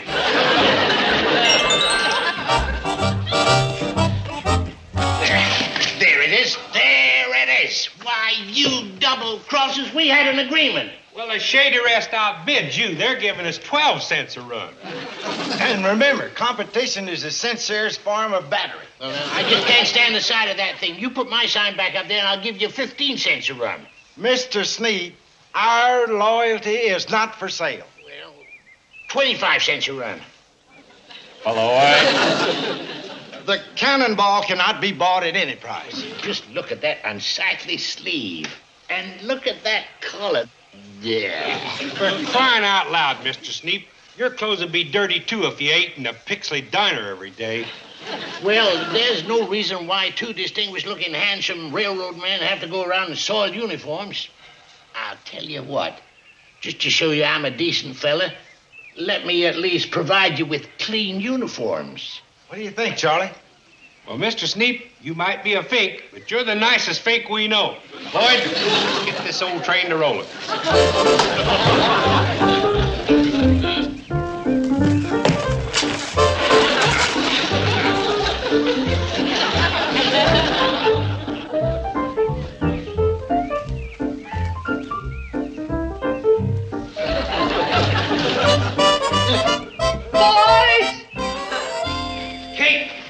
Look, we got clean uniforms. Fine. What is that? You know who had them cleaned? You have not answered my question.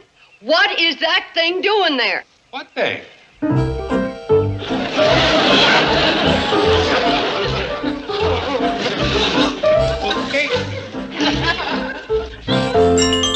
Kate, there's no doubt about it. Sneap's out to get you.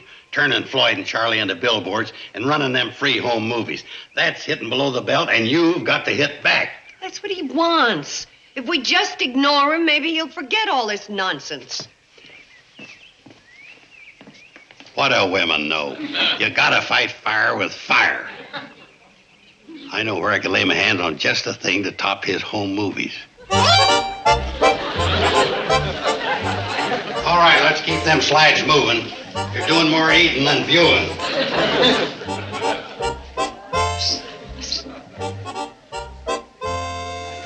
Hey, mister, don't be so sloppy with that whipped cream. Next person that views this slide will think there's snow on Bleeker's Hill. Well, ladies and gentlemen, now that you've all enjoyed the slides, let's all go out on the porch for some sunshine and recreation.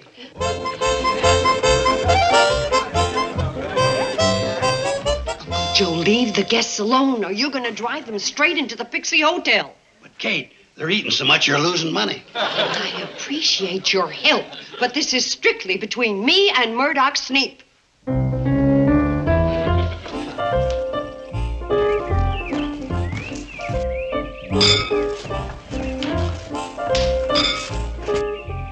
Well, gentlemen, would you like to join in the fun? Fine. Where is it?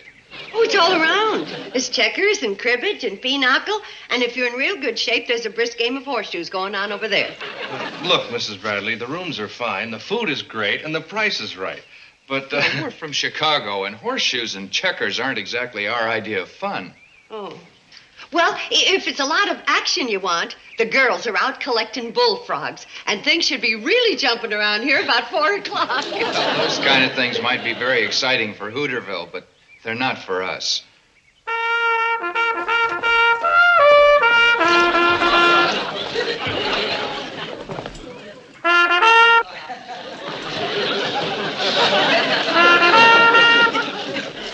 Tennis? Skeet shooting? Now that's for us. Let's go pack. Bye, Mrs. Bradley. Folks, wait a minute. We'll put in ping pong, shuffleboard, volleyball. Parcheesi. Hey, Parcheesi.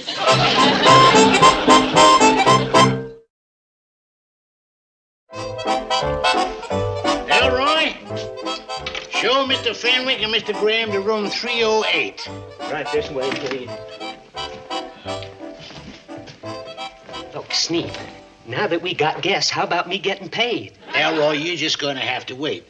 Renting that bugle and the sandwich sign set the hotel back $9.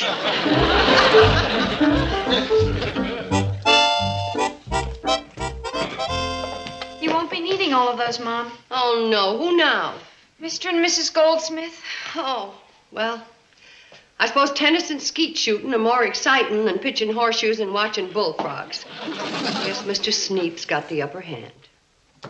Mom! Oh, did you set the table, dear? I can't find a tablecloth. Oh, for land's sake, there's a whole drawer full of them in the sideboard.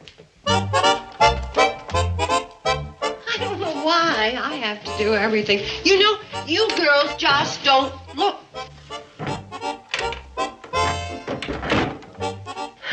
I'm sorry, Bobby Joe. I forgot they're all in the laundry. Well, there's only one way out. We're going to have to use my good green tablecloth. Was there this morning? Now, what on earth happened to my green tablecloth? A little more to the right, Mr. Barrow. You'd have had yourself a birdie.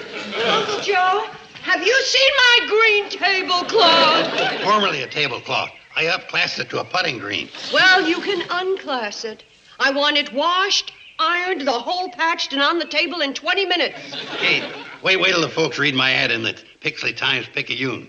We'll make so much money with this golf course that you can buy a whole drawer full of the green tablecloths. Uncle Joe. I got feelers out to have Arnold Palmer take over as the pro. Hey, wasn't that the desk bell? 15 minutes. Welcome back, Mr. Humphreys. Your old room is ready for you. Tell Arnold Palmer we'll give him free room and board.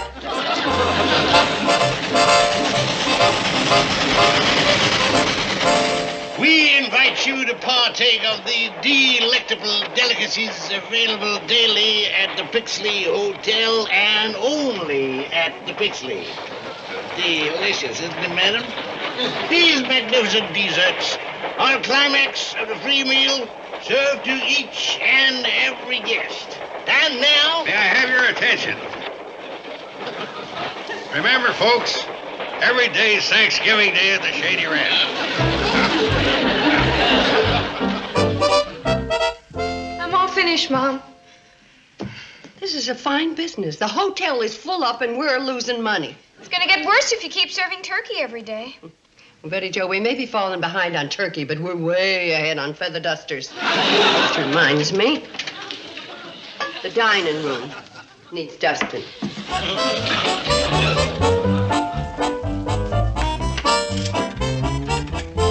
Do you have a room? Oh, well, you're in luck. We've got one single left. Yeah, I'll take it. Murdoch Snoop. Kate, you're wiping me out. I thought I knew every trick in the book, but you've outwitted me at every turn. I'm here to eat crow. Well, then you'll have to go to the Pixley Hotel dining room. All we're serving here is turkey. Kate, I'm nearly bankrupt. Let's call off this dreadful war. Mr. Sneap, you mean it? Indeed, I do. I just want to stay here and see how an honest woman operates her establishment. No more cutting throats. On my honor. 4.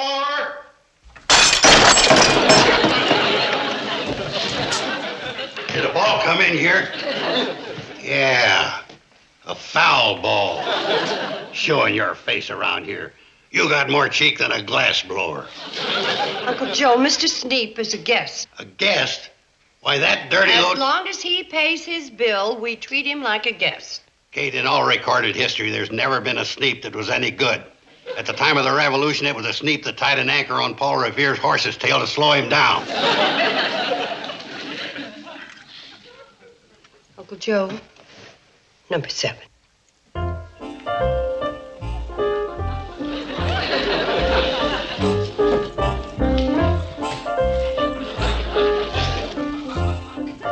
Kate, what's holding up my pancakes? I can't get him up with this thing. Do you have a hockey stick? What's the matter with you, Kate? You look half asleep. Well, I didn't rest very well last night, kind of all the noise. Noise? I slept like a log.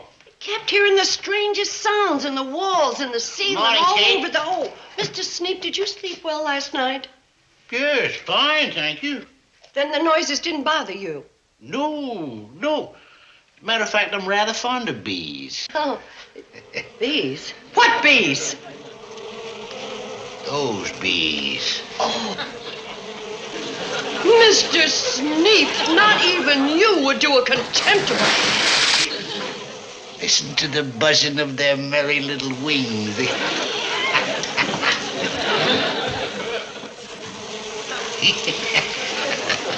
How did you get the bees in here? You don't think I had clothes in both my suitcases, do you? Miss Bradley, I'm checking out of here. Listen, Me Kate. too. Sounds like your guests are checking out, Kate. Wait for me, folks, and you can follow me over to the Pixley Hotel. It's guaranteed to be completely bee-free.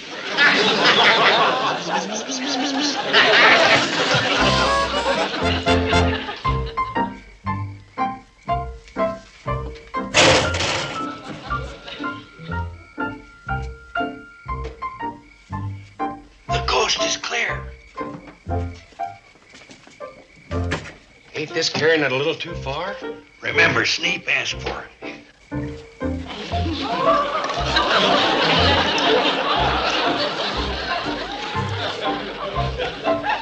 Now remember, you're a Hooterville skunk and this is Pixley, so give it all you got. Let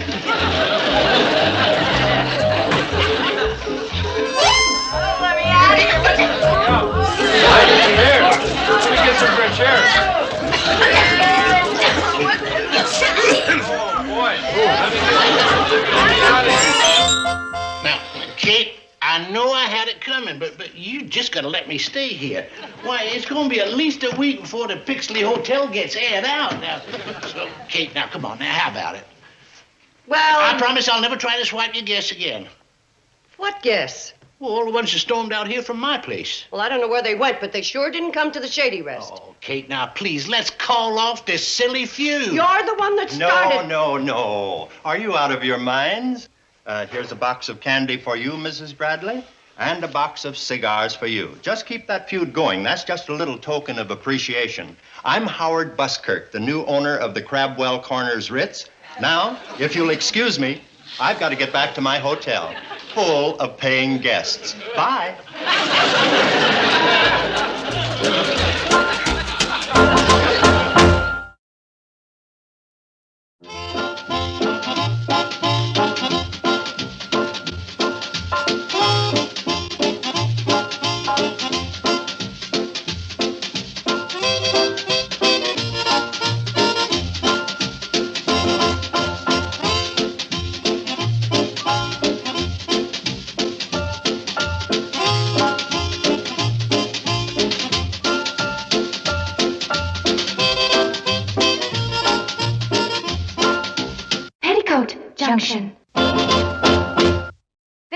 Filmways presentation.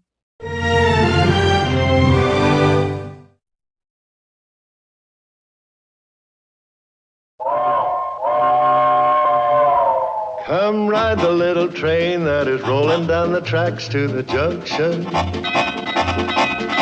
Forget about your cares, it is time to relax at the junction. Lots of curves, you bet, and even more when you get to the junction. Petticoat Junction. There's a little hotel called the Shady Rest at the junction. Petticoat Junction. It is run by Kate. Come and be her guest at the junction. Petticoat Junction. And that's Uncle Joe. He's a moving kind of slow at the junction. Petticoat Junction.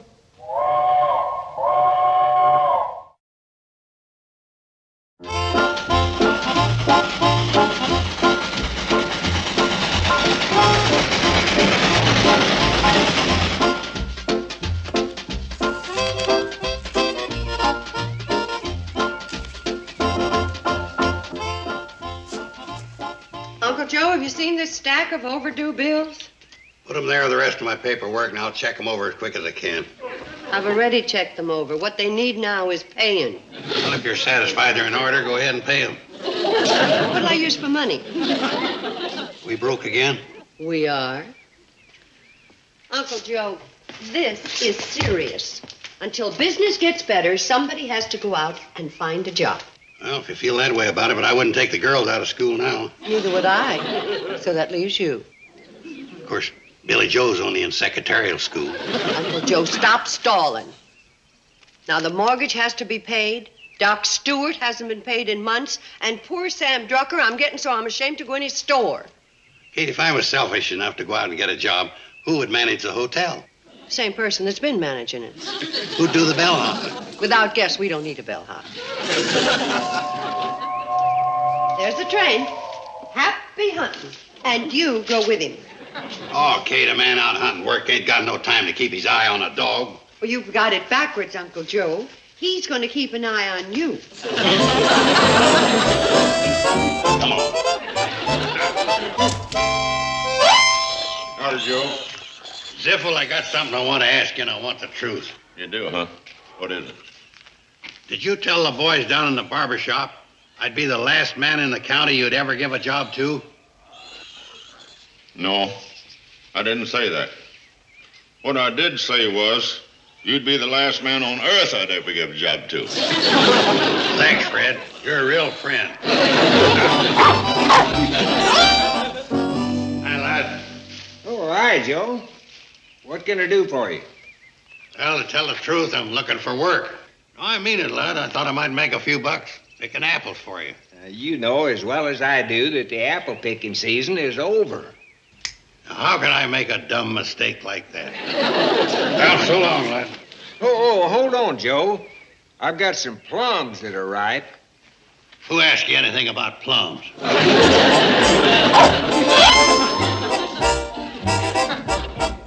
Now, none of this to Kate, or I won't take you to no more matinees. Oh, that Blanche sweet. How can Noah Barry push a nice gal like that off a cliff? It's only 4 o'clock. Too early to go home. We better knock around town for another hour or so.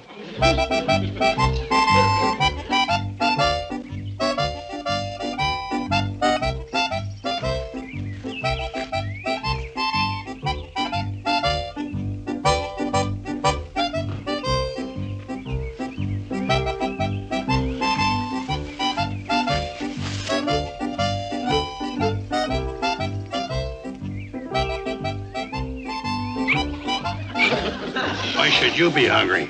I'm the one that's been looking for a job.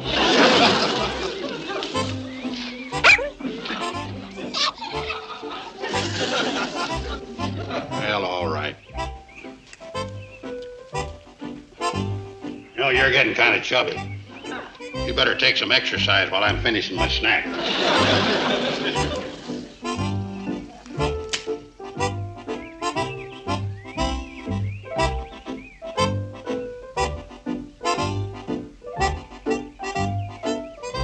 You're a pest.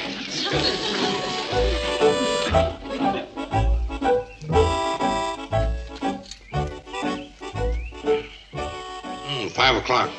That's a good full day of job hunting for anybody. You're wasting your time. There ain't anything in Pixley worth digging up. Come on, let's get back to the hotel before we miss supper. Now look what you've done. All that fuss and dirt, and what do you got? Just a rusty old tin can.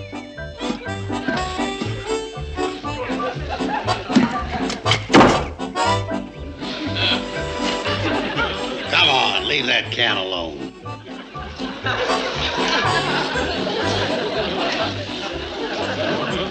Take that money back and put it in the can. Money!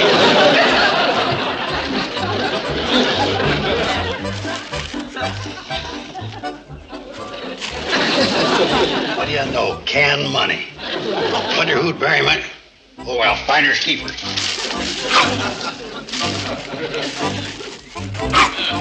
Don't worry, you'll get your share.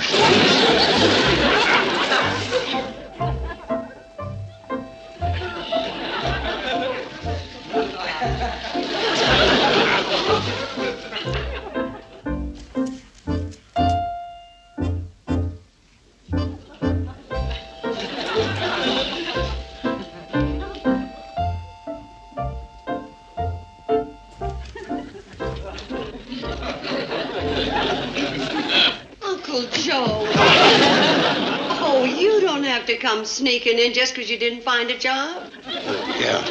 Hi, Kate. Hardly anybody finds anything the first day. You'll have better luck tomorrow. You trying to tell me something, boy? Oh, yeah. Yeah, he's trying to tell you we both had a tough day. I'd better get up to my room.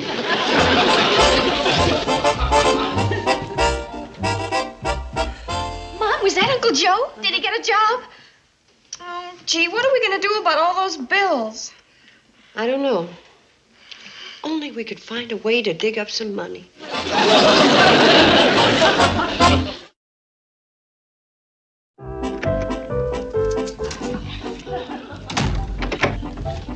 Mouth, you almost gave the whole thing away. You keep your mouth shut and let figure out what we're going to do with this money. Of course, you and me, we know this money's been abandoned. Kate will probably look at it differently than us men of the world. Look at that. We tapped a leak in Fort Knox. Who is it? It's Kate, Uncle Joe. Just a minute, Kate.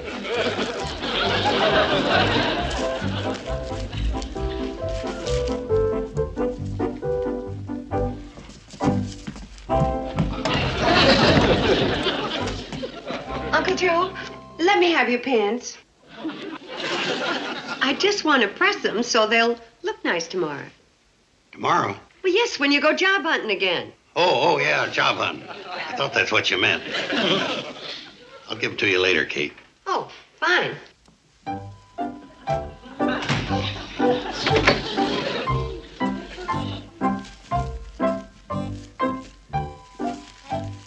Look at that.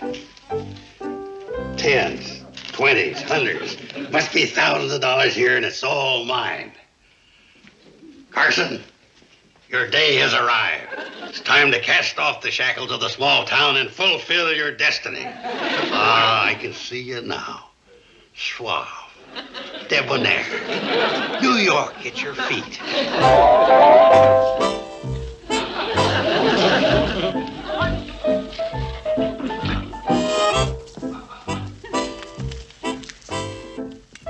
Here's your cane, Diamond Joe. Keep it as a tip. It's solid gold.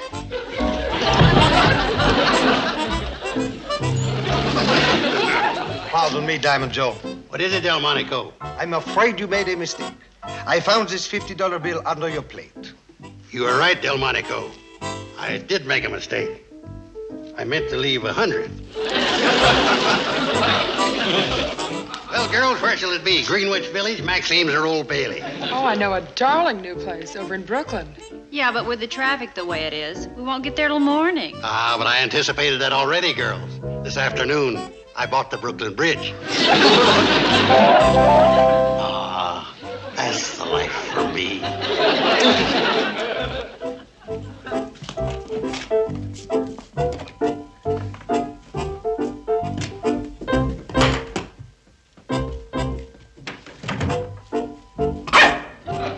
You keep out of this. I got a right to lead my own life.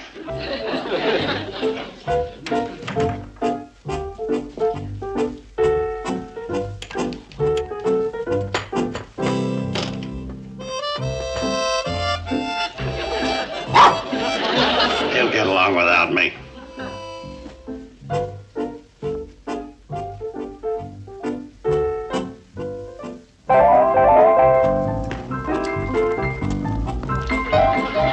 Watch it, Diamond Joe. You'll get your Argyle shoelaces soggy. Allow me, Diamond Joe.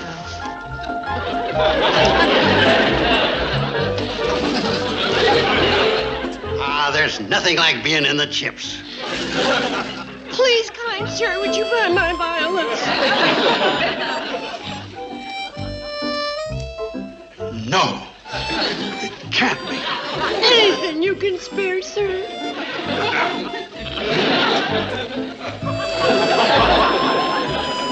It isn't much, Mom, but all I could get from the pawnbroker was 18 cents for my baseball bat and glove.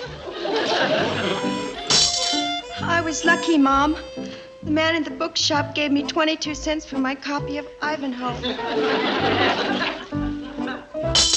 Mom, I was so weak from hunger I dropped the typewriter, and all the man would give me for it was $1.85. Well, we have porridge tonight. But what will the morrow bring? Sir, 'twas not always thus. Once I owned a fine hotel. And then my uncle left us. And when he left, everything went from bad to worse. We lost the hotel. Well, you can see the rest for yourself. No,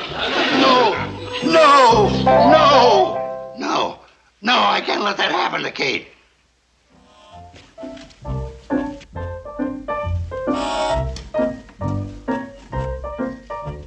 You're still young, Carson. Your kind of debonair will always be in style.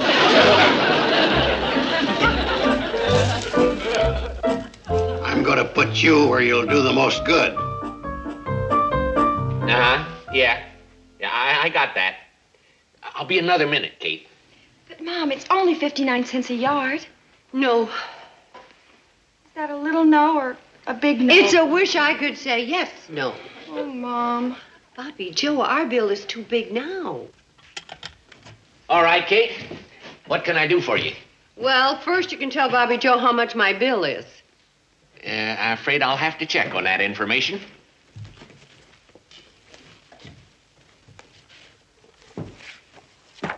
You're all paid up.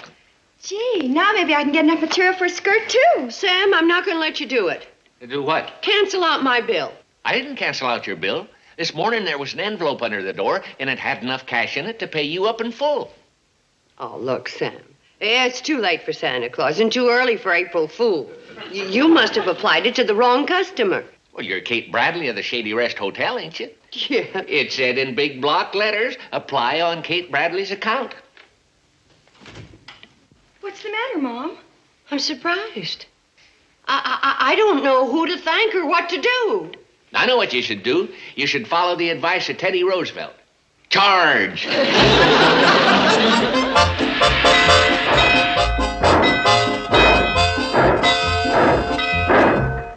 That'll be Mom. I sure do dread giving her this batch of bad news. Hi, girls. We're home. Oh, girls, the most wonderful thing happened. You won't believe it. When I went into Sam's store with Bobby Joe, I was feeling pretty low. And all of us... mortgage payment, plumbing bill, Doc Stewart. I knew it wouldn't last.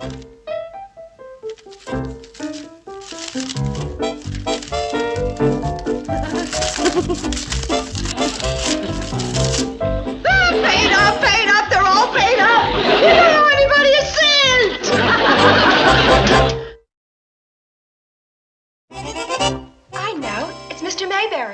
nice man. Yes, he's nice, all right, but with a wife and 7 children, where would he get the money to pay our bills? I guess you're right. I've got it. I've got it. Who is it? Hooterville has a Robin Hood. You know the story. He stole from the rich and gave to the poor. Oh. Well, I don't think it's so funny. If Robin Hood had to live off the rich people in Hooterville, he'd spend all his time at the unemployment office. Well, I don't see you two coming up with any brilliant ideas. Girls, don't wait for Uncle Joe. Your food's going to get cold. We've been trying to figure out who our mystery benefactor is. Got any ideas? I laid awake all night last night staring at the ceiling. And finally, about dawn, I came to a conclusion. What conclusion? My room needs a new ceiling.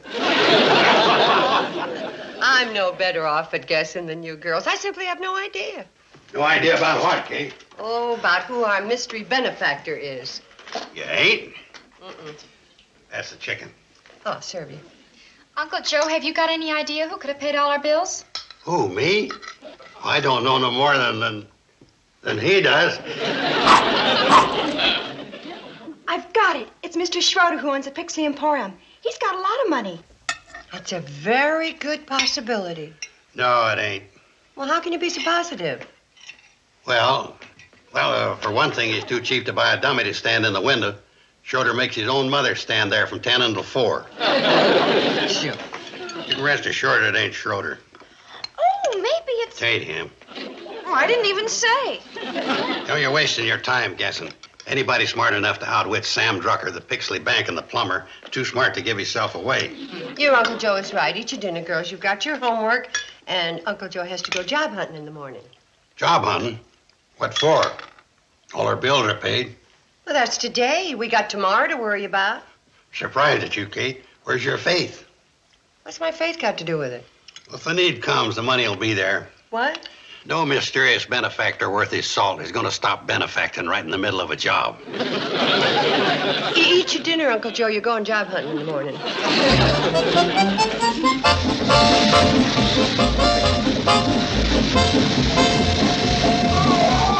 Thanks. Joe, quit handling them cigars. No buying, no sniffing. Buying? Give me a box of them Perfectos. Now, let's get this straight. It's Kate's credit that's good, not yours. Who said anything about credit? This is for cash. And I fooled you, didn't I? No, you just wheedled the girls out of their allowance. All right, let's cut out the jokes. This is a store, ain't it? How about some service? Hey, fellas, did you hear the news? It's all over town. You mean about Joe buying cigars? No, they finally caught that fella that robbed the Crabwell Corners Bank. No fooling. Yeah. Well, that was over a year ago. Where's he been hiding? Over in Pixley, living there, bold as you please, posing as a barber from South St. Louis. Fooled him for a year, huh? That feller must have been pretty smart. Not especially. What do you mean by that? Well, ever since he gave me this haircut, I haven't been able to do a thing with it. Better than Twitchy Thompson could do. What about the money? They got any of that back? Not a cent. The sheriff thinks he's got it buried around Pixley someplace. I gotta go. What about the cigars? Forget about it.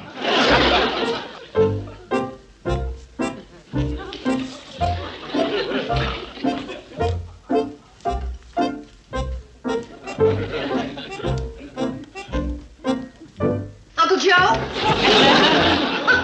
The way you go tiptoeing around, you'd think you were a thief. Aren't you home early? Will something come up out of town? You got a job. Yeah, something like that. Oh, wonderful. When do you start? Right away.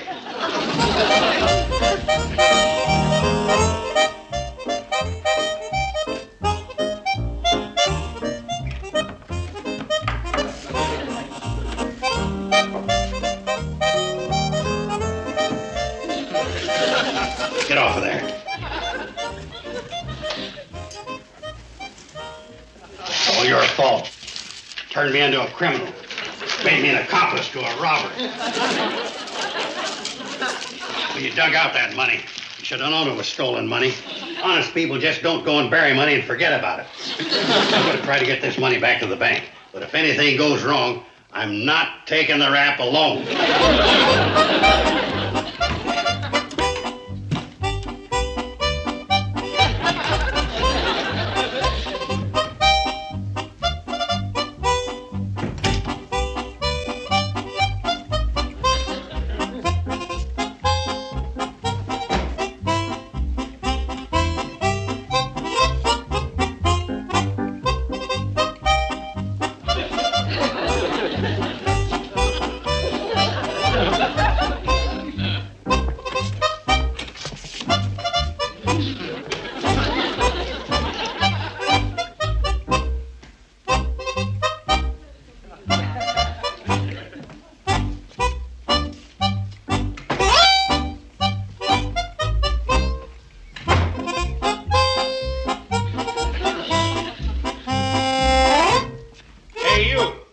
minute.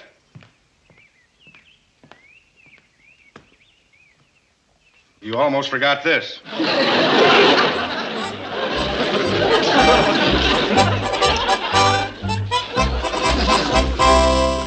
Kate! Kate! Hey! Where are you, Kate? Hey, Kate! Hey, Kate! Where are you, Kate? Hey! Charlie, let me do it. Kate, make Charlie let me ring the bell. What do you want to ring the bell for? To get you out here. I am here. Oh, Charlie, she's here. Now, mind telling me what all the ruckus is about? We've got news for you. The sheriff stopped the train and searched it. Well, what did he search the train for? Well, they're looking all over for the missing bank money. Yeah, and the sheriff's men may even search the Shady rest. Well, that's okay with me. Although they're sure wasting their time looking for any kind of money in this place. They're closing in on us. We gotta get out of here.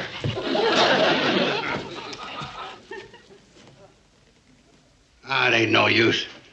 That sheriff could track a white mouse in a blizzard. It's all on account of you. You know what's gonna happen to us?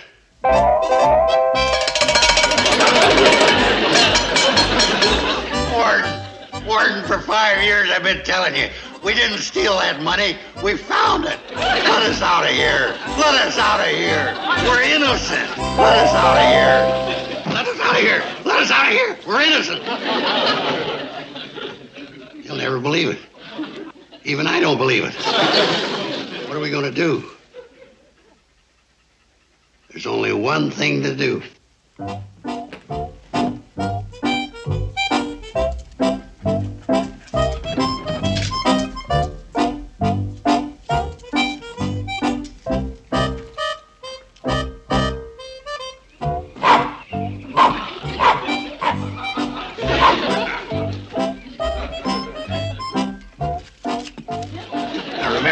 We know nothing about this. Never even seen the money before. Okay?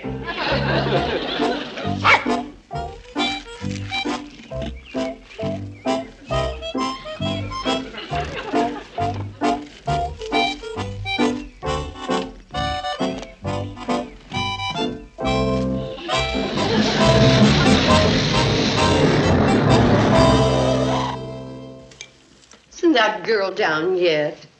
Betty Jo, your breakfast's gonna get cold. Be right there. Gone looking for a job this morning, Uncle Joe? Please, Kate, not when a man's eating. Sorry, Mom. I was listening to the news on the radio. They recovered the missing bank money. Where'd the sheriff dig it up? Oh, he didn't. The police in South St. Louis found it. What? The bandit's girlfriend had it hidden in her apartment. Excuse me. Where are you going? In the fix, I got a job to do. But you haven't finished your breakfast. Work comes first. Get me in a fix as quick as you can. We'll be leaving in a minute. Hi, boys. Would you like some coffee? Oh, we can't. We just come by to see if we could borrow a pick and a shovel. Yeah, come with us and join the treasure hunt.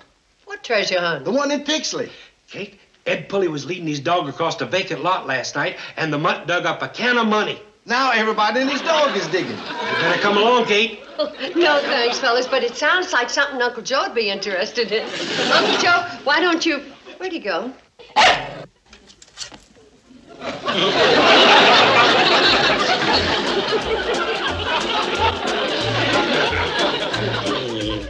Money. Money. Money.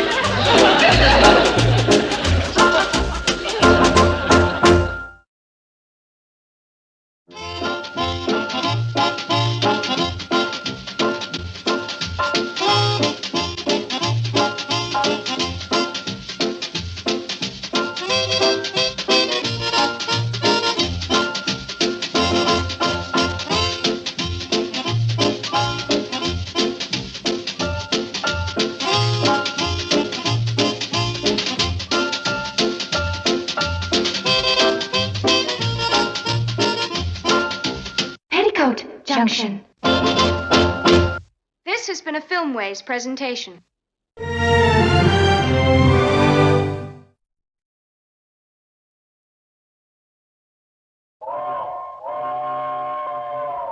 Come ride the little train that is rolling down the tracks to the junction. Forget about your cares, it is time to relax at the junction. Lots of curves, you bet, and even more when you get to the junction. Petticoat Junction. There's a little hotel called the Shady Rest at the junction. Petticoat Junction. It is run by Kate. Come and be her guest at the junction. Petticoat Junction. And that's Uncle Joe. He's a moving kind of slow at the junction. Petticoat Junction.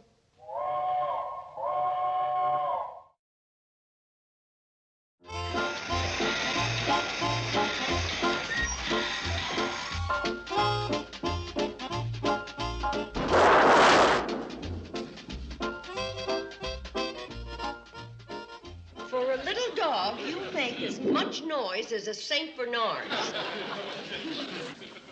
Kate, big news. Uncle Joe, I've got news for you, too. Yesterday, I asked you to put this aluminum sheeting in the tool shed until you're ready to fix the roof. Wait till you read what's in this letter. Uncle Joe, we are working. But Kate. Kate, Now, where'd I put my dust cloth? here, read it for yourself. Kate, you remember the couple that honeymooned here a few years back? Well, I don't know. We've had a lot of honeymooners. Well, you know, the newlyweds. Well, it seems to me that all honeymooners are newlyweds. Well, these particular newlywed honeymooners were here about 10 years ago, according to their letter. See? You girls were too young to remember, but their name was Anderson. See what they say in the letter, Kate? Yeah. Their 10th wedding anniversary's coming up, and they remembered having such a good time here, they want to come back for a second honeymoon. Oh, boy, customers again. Well, Kate, what did you think of the letter? I think it's the most beautiful letter I almost read. Well, we're back in business. Now, girls, don't count your chickens before they're registered. Besides which, we have a lot of work around here to finish up. Kate, I figured you'd be all excited about the news. Oh, I am glad about the business, Uncle Joe, but I don't see why I should get so worked up. After all, it's only 2 customers. Well, Kate, don't you see the possibilities? I can't even see my dust cloth. It is sure lucky for you my brain is on its toes. Don't you see? If one couple wants to come here for a second honeymoon, why not all the other couples that honeymoon here? Aha! I knew you'd like it. There it is, behind the flowers. Now, what were you saying, Uncle Joe? Confound it, Kate, why are you always laughing at my big money-making ideas? I don't always laugh at them. Sometimes I cry. Mom, maybe this time Uncle Joe's hit on something big. I can't see anything wrong with the idea. Of course not. It's a great idea. I'll bet couples like Walter and Elsie Shepherd who got married here, they'd come. Plenty of others, too. Well... I know you'd like the idea. Let's look up all our old honeymooners and send them an announcement of our gala reunion. And to make it easy for them to reply, why don't we include a self-addressed return envelope? And then all they have to do is fill in the date. Yeah. Sounds like a good idea, but it's going to be rough on you, Uncle Joe. Me? Well, sure. The first couple to arrive are going to want the same room they spent their honeymoon in, and that means you'll have to go back down the hall and give up the bridal suite.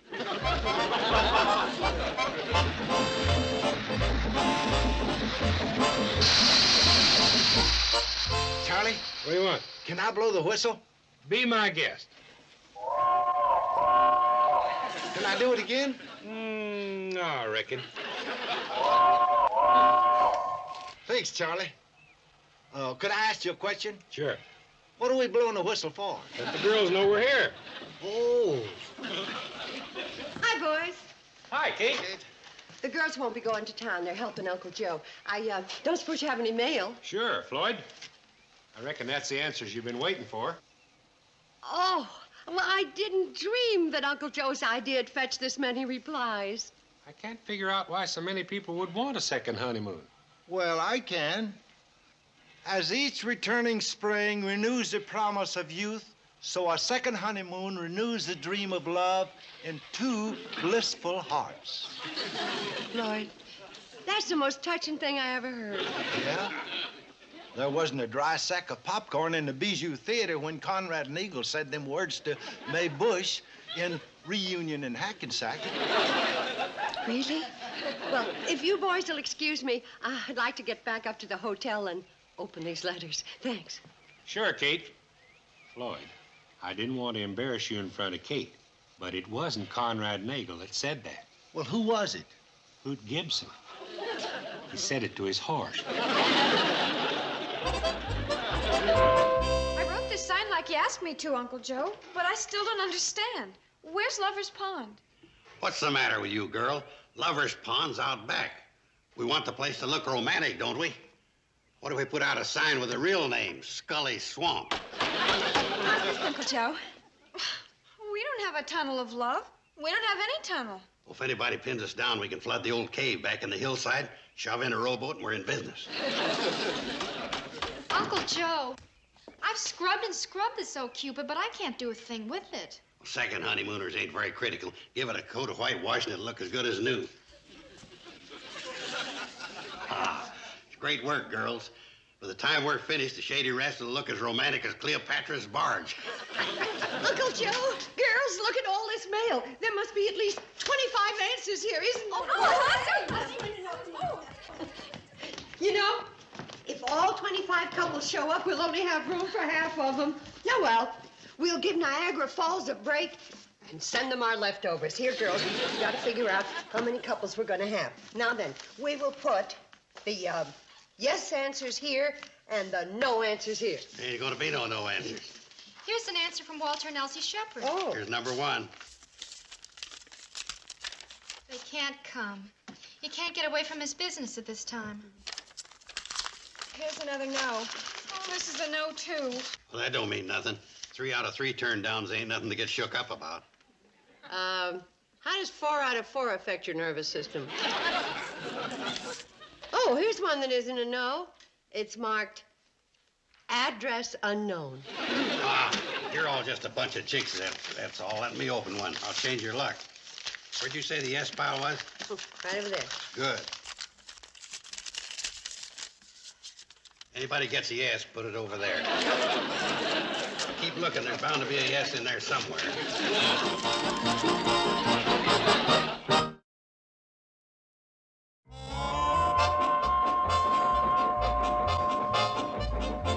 Well, here come our guests. Both of them. I guess we shouldn't complain. Things could have been worse. How do you figure? Every one of the couples we invited turned us down. Well, at the rate those letters were coming in, we're lucky the first couple didn't cancel. At least they're coming. I still think it's a good idea. Uncle Joe, you have wonderful ideas. It's just that we can't afford them. Now, those couples that turned us down don't know what they're missing. They will when they see the pictures I'm going to send. What picture? Pictures of the fun the Andersons are having on their second honeymoon. When the others see them, they'll want to break down the doors to get in. Oh, well, I sure hope our guests have fun. I'm a little worried about the weather. There isn't enough sun to take pictures. Don't need the sun so long as I got this flash attachment.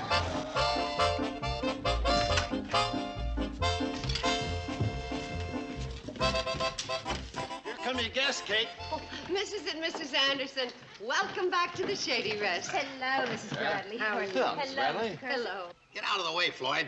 I want to get a picture of the Andersons getting off the train. Now, don't move a muscle. This is just the beginning, folks. I'm going to capture every golden moment of your honeymoon. Now, get the luggage, Floyd. Yes, sir, this is going to be a time you'll never forget. Oh, Mrs. Bradley, surely these young ladies can't be those tiny Yes, turtles.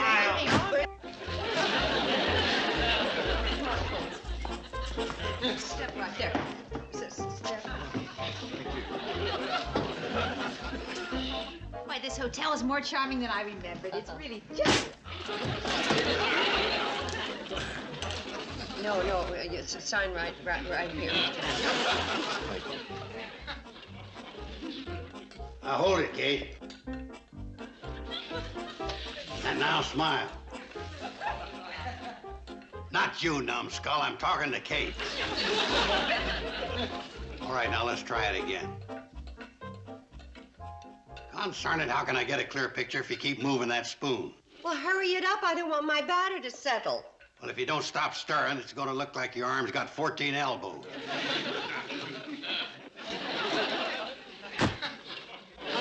There. picture of the cake now. Why didn't you wait till it's finished? I want to take pictures of every step of the way. This is going to be the most complete brochure I've ever made up. Uncle Joe, didn't you take enough pictures yet? Yeah, you've been photographing Mr. and Mrs. Anderson ever since they got here. That's right. You took a picture of them getting off the train, walking up to the hotel, crossing the lobby, signing the register. What next? Uncle Joe, you asked me to tell you when the Andersons came out of their room. Good girl. Excuse me, Kate. I got to go take some more pictures of the happy couple. I hope they ain't wasting their time enjoying themselves before I get there. You're not going anywhere except to the wood pile. Betty Joe, you run along with your uncle and take some pictures of him chopping wood. Well, Kate, there's no market of a picture of me chopping wood. Oh, yes, there is. I can sell them to Outlandish Adventure magazine. They feature fantasy.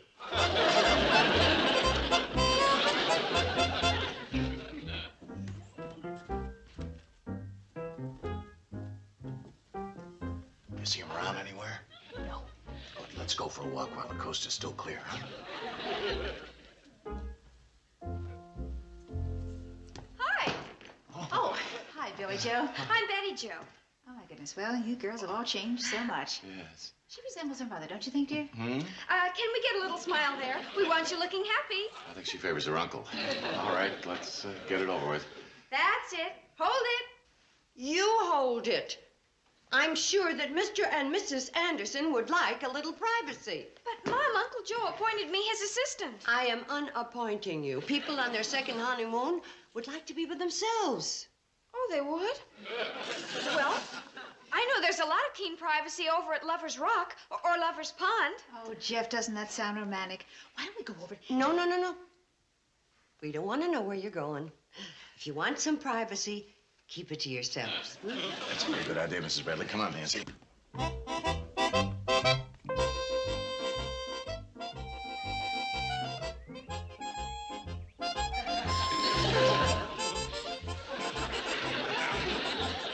Oh, boy. We better get out of here. Please, honey, I gotta rest just a minute, please. Okay. Say, if I remember correctly, the brook was over in that direction somewhere. Oh, my. Imagine you're remembering after 10 years' time. How could I forget, darling? Come on. Here. Shh. Listen. Come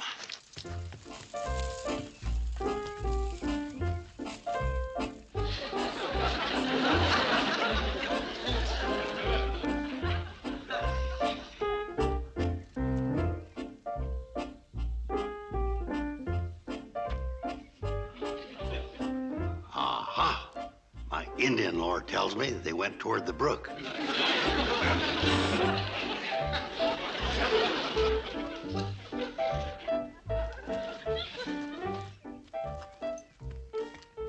We'll try to get to the brook later. Yeah. Come on, darling.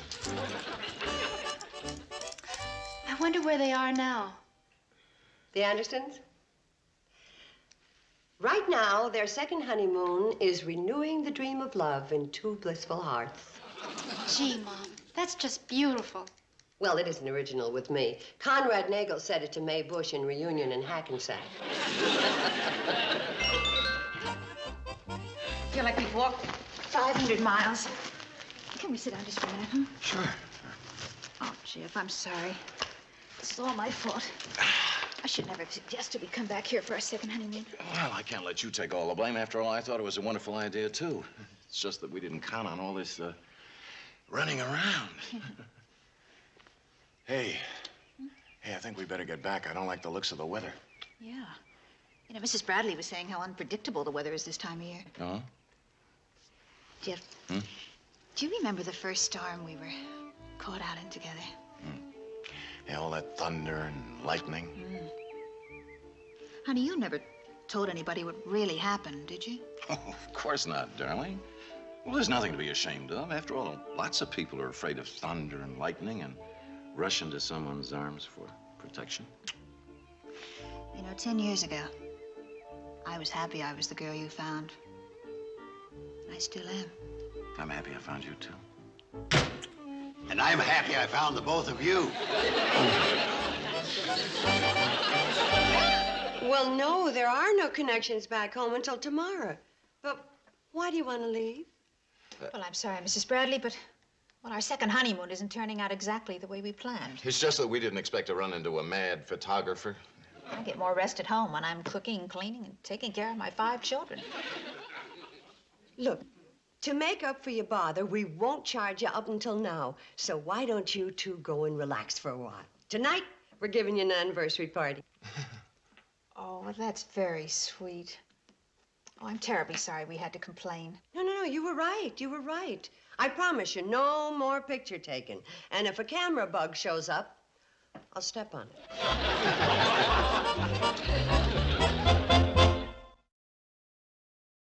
You mean I can't take even one more picture? That's right. Not even a shot of the couple cutting their anniversary cake? No more pictures, and that's fine. But, Kate, it'd be so beautiful. Husband and wife holding the knife at the same time, cutting the first slice. Uncle Joe, if you take any more pictures, the first slice they cut won't be cake. It'll be you. Hey, how can I have a complete brochure if I don't have... Uncle Joe, listen to me. You have no idea how upset those people were. You should have seen their faces. They were a bundle of nerves coming apart at the seams. Oh, that don't mean nothing. All married people look like that. They got that way when you decided to be a one-man candid camera. Now, would you please let them enjoy the rest of their honeymoon? I guess I was a little selfish. Well, yes, you were. Now, why don't you go in there and apologize to them right now, and then see to it that they have a wonderful time? Leave it to me, Kate. So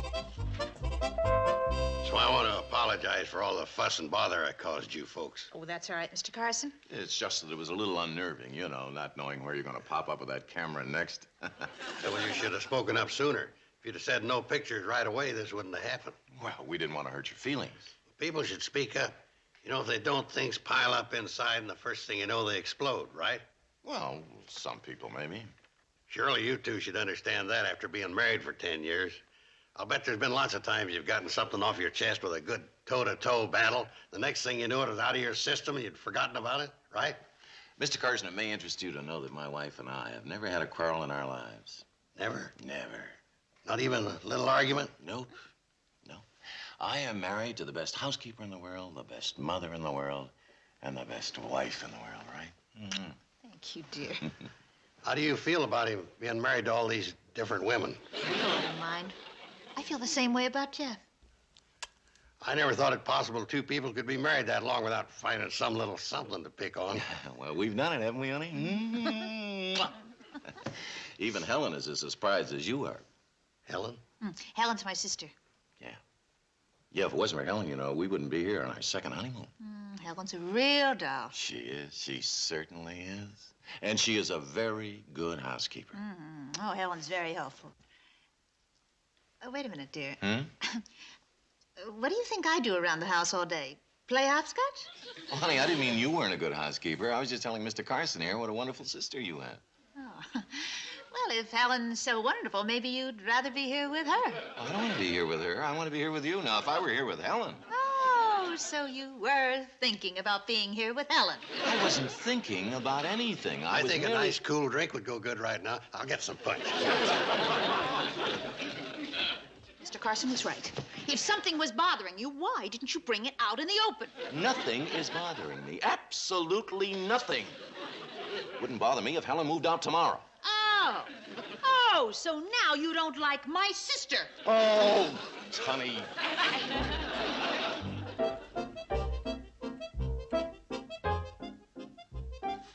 Gee, it looks lovely, Mom. I'm glad. I wanted it to match the beauty of their marriage. They're a very devoted couple. Well, it seems like 20 years to me, too. Just cool back. You can find yourself a separate room to sleep in tonight. Well, that's fine with me. Fine with me. Fine. I better get upstairs and get my things before you burn.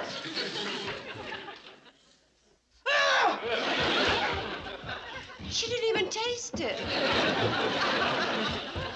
Joe, this has all the earmarks of a quarrel. Yeah, I'm afraid so. What started it? They're married. They don't need a reason.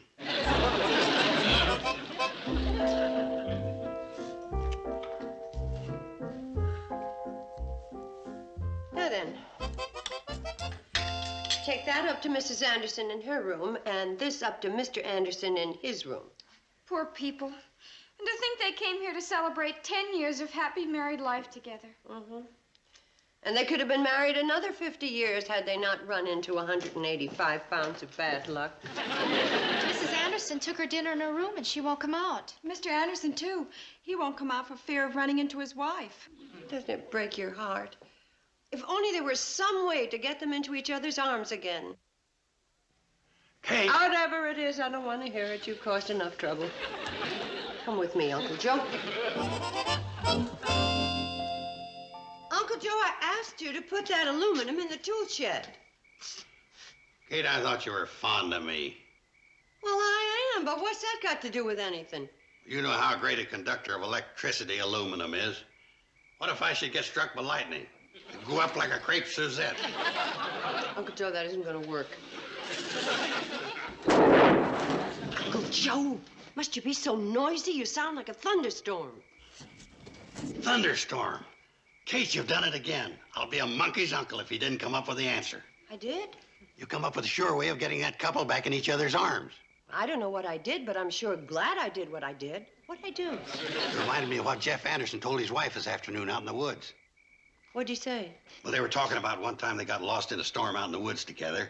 Yes, what about it? Well, she said she hoped he'd never tell anybody what happened. And he said she shouldn't be ashamed of a thing like that. Thing like what? Well, he said that lots of people ran into each other's arms when they heard thunder and lightning. Oh, you mean if there's a thunder and lightning storm tonight, she might run into his arms? That's exactly what I mean. Yeah, well, we're out of luck because the radio said that the storm headed this way has changed its course. Oh, what do they know? It's gonna storm, all right. I can feel it clear down to my lumbago. Uncle Joe, the lumbago isn't going to work either. To the tool shed. You flagged the cannonball just to tell us that dumb idea?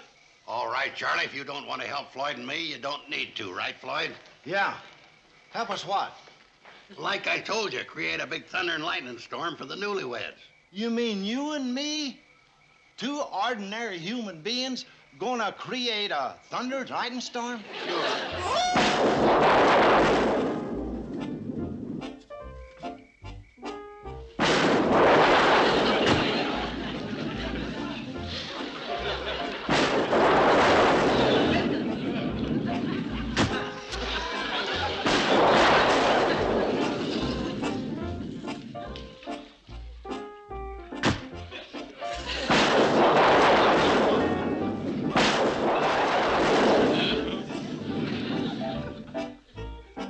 She's not scared. Nancy!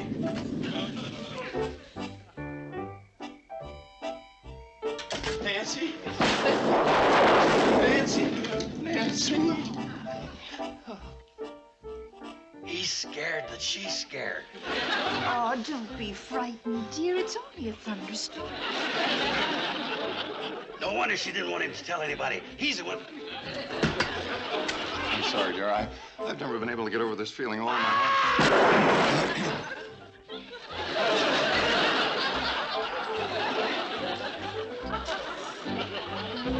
Uncle Joe, if I were you, I'd give up thunderstorms and specialize in light drizzles.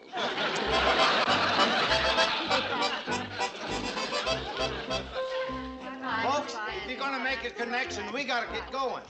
Well, we want to thank you for a wonderful time. You won't forget to send us the pictures, will you, Mr. Carson? Oh, you want the wallet size or the jumbo size? I can give you a special price on the jumbos. Uncle Joe, now you be sure and come back on your third honeymoon. All right, goodbye. Bye-bye. Bye-bye. Take care.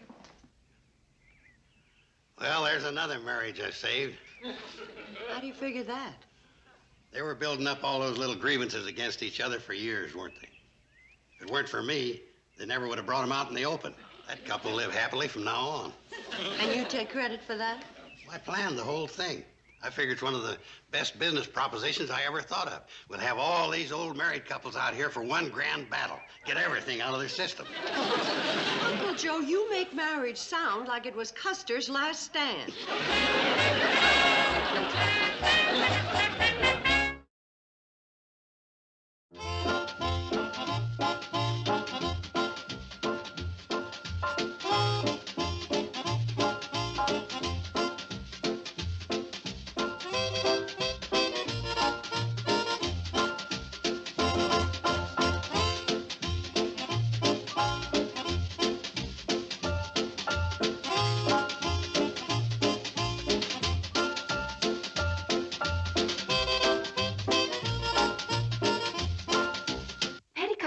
Junction.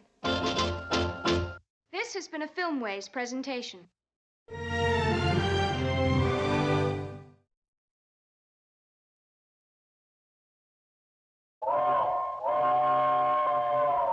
Come ride the little train that is rolling down the tracks to the junction. Forget about your cares, it is time to relax at the junction. Lots of curves, you bet, and even more when you get to the junction.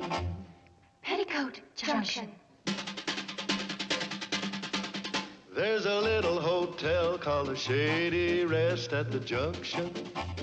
Petticoat Junction. It is run by Kate. Come and be her guest at the junction.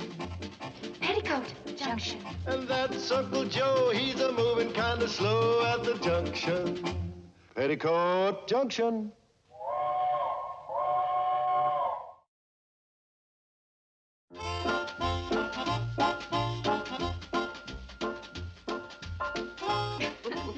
Well, I've got a few questions to ask the girls. What do you want out of this catalog? Gee, Mom, it's awfully heavy. And that's only from A to H. Oh, there's some darling dresses in there. Well, let me see the baseball equipment. I'm getting some books. I'm going to be a Catalog seems to be a big event around here. Is it some special occasion? Oh, the only occasion is that the girls haven't had anything new in a while. I hope their questions haven't been interfering with your writing. Interfering? Why, I get more work done here in one day than I did in a week in New York. This hotel is a wonderful place for writing. I'm glad to hear that, because it's a terrible place for a hotel. And for 3 young girls? Have you ever seen 3 happier girls? No, nor 3 prettier or brighter girls. Thank you. It just seems they should have more opportunities than they'll ever get here. Oh, they couldn't be pried away from the Shady Rest.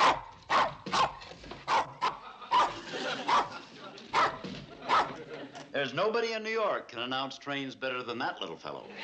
Oh, and that whistle means Uncle Joe's back from the bank. Excuse me, please. Surely.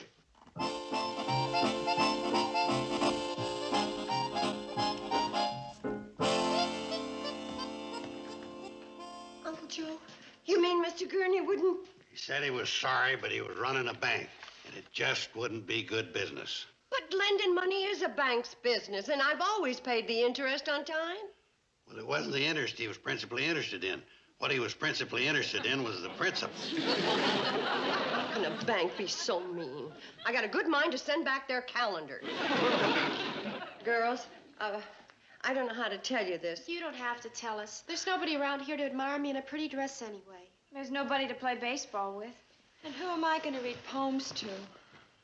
Billy Joe, I'll admire your dress.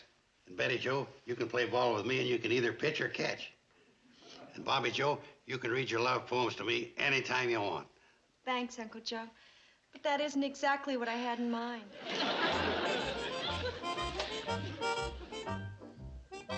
I see what she means, but I'm the best I got to offer. No, it isn't fair to the girls. Maybe we ought to move somewhere where there's more teenagers like themselves. Move? How can we afford to move when we can't even afford to stay? Well, don't worry, Kate. Once I put my brain to the grindstone... No wonder Mr. Gurney turned you down. You forgot to give him the rhubarb pie I baked for him. The nerve of him. You mean he ate my pie and then turned down the loan? No, Kate. First he turned down the loan, then he ate the pie. He's got more crust in the pie. Why should I blame him? The truth of the matter is that I've never made a go of this hotel, and sometimes I wish I could get rid of it. Is there any more of this? How can you think of eating at a time like this? When I'm frustrated, I eat. From the looks of you, your life has been one long frustration.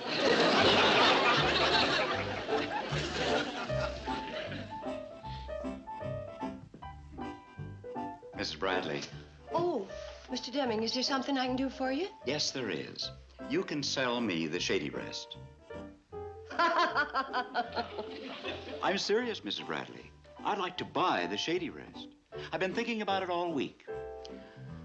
I'd be making an investment in peace and quiet. Yes. Sometimes the peace and quiet around here is nerve-wracking. Besides, it hasn't been very profitable. It would be to me. The way I can work here, why, it would pay for itself in no time. You and the girls could move to the city where they belong. Girls would never be happy away from here. Mrs. Bradley, are you sure of that? Mothers know their daughters. I remember when I was their age, I would... Come to think of it, I'm not so sure. Sell the Shady Rest? I know it's sudden, but you think it over.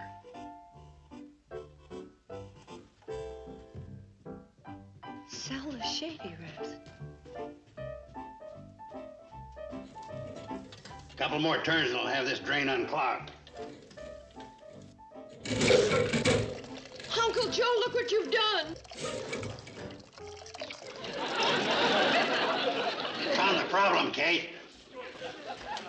What we need is a new pipe. And a new sink, and a new stove, and a new refrigerator, and a new roof, and a... Uncle Joe, what would you say if I sold the Shady Rest? Sell the Shady Rest? You wouldn't like that, would you? I'd love it. Well, you sure don't look very happy about it. I was just thinking who'd buy a no-rundown place like this.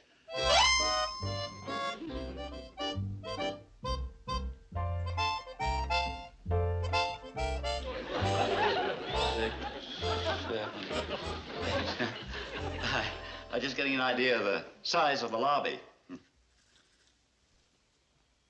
You know, figuring how I'd remodel it if I owned the hotel. Oh. Did you say own the hotel? That's right. You'd be interested in buying this rundown? You'd be interested in buying the Shady Rest? I sure would.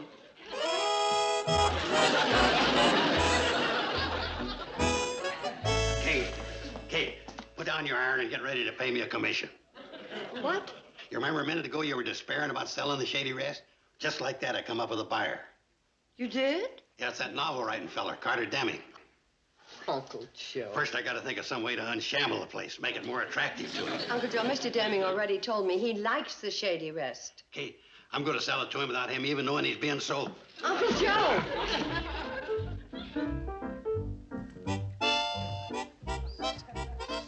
Mr. Deming, you had me fooled. I really thought you was one of them writers. I beg your pardon? Oh, come on now. I know why you want to buy this property. You're one of them archaeologists. Archaeologists? Sure. You know about the big oil field under this property. I think you mean geologists. What's geologists? They're interested in rocks. Oh, and you know about the diamond mine, too. No, Mr. Carson. I'm not interested in oil wells or diamond mines. Then you must have found out about the healthful atmosphere here. Doggone it, I let that slip out. Mr. Deming, I hope you'll forget I said that. I hope you'll forget we got the healthiest atmosphere in the world. Birds with chests out to here.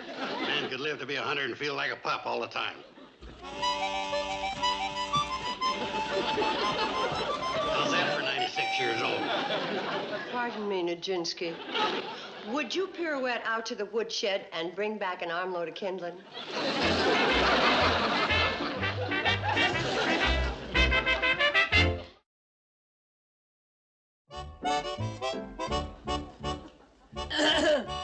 We're pretending we're living in New York, and I'm the world's most glamorous model. Is that the way you're going to do it? Oh, she's walking on men. And who are you? Oh, I'm the world's greatest girl baseball player. And this is my sister, the world's greatest writer. Please, I'm having an inspiration. Well, looks like I got into the wrong room. I was looking for the world's best towel putter-upper. Would you girls really like New York? New York? Are you kidding?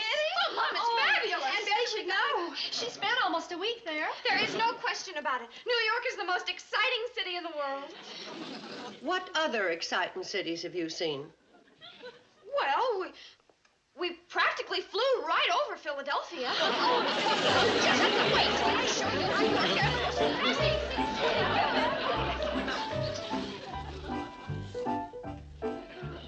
Have you made a decision, Mrs. Bradley? Well, one. I was wrong about Uncle Joe and the girls not being happy any place but here. I'll give you $10,000 for the Shady Rest. 10,000? My goodness, I knew we had peace and quiet, but I didn't think we had that much.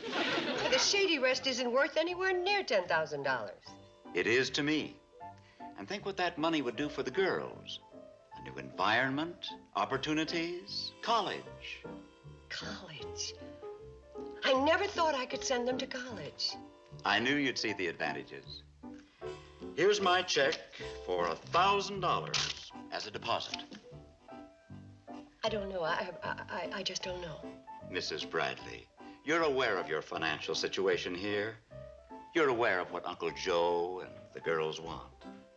And you know you'll never get a better offer. I think you really do know what you should do.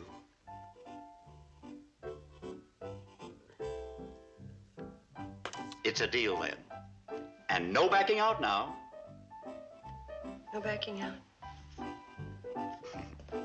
You shouldn't have embarrassed me in front of Mr. Deming.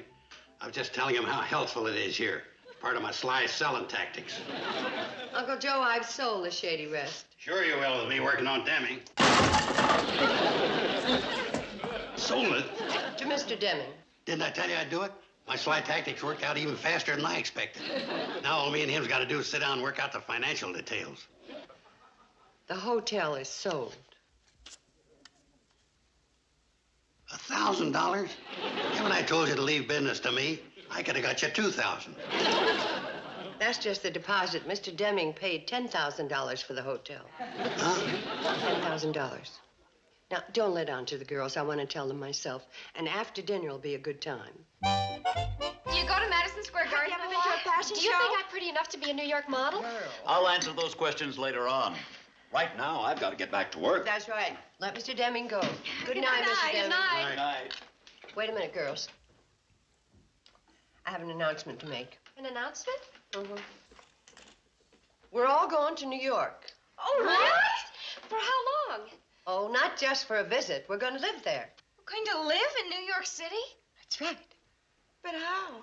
How is because I pulled a slick, high financial deal and sold the Shady Rest to Mr. Deming without his knowing it. You sold the Shady Rest? We're not going to live here anymore? And we're going to live in New York? Isn't that wonderful? It's a joke, isn't it, Mom? You wouldn't sell the Shady Rest. But you said how wonderful New York was. It is, but we didn't mean to live there. But you said it would be wonderful to live in New York. Well, it would be if you belonged there. But we belong here. We don't want to live anyplace else. Now, stop your crying. In a couple of days, you'll love New York. You won't even miss this old broken-down, ramshackle bullshit. Uncle Joe, wait a minute.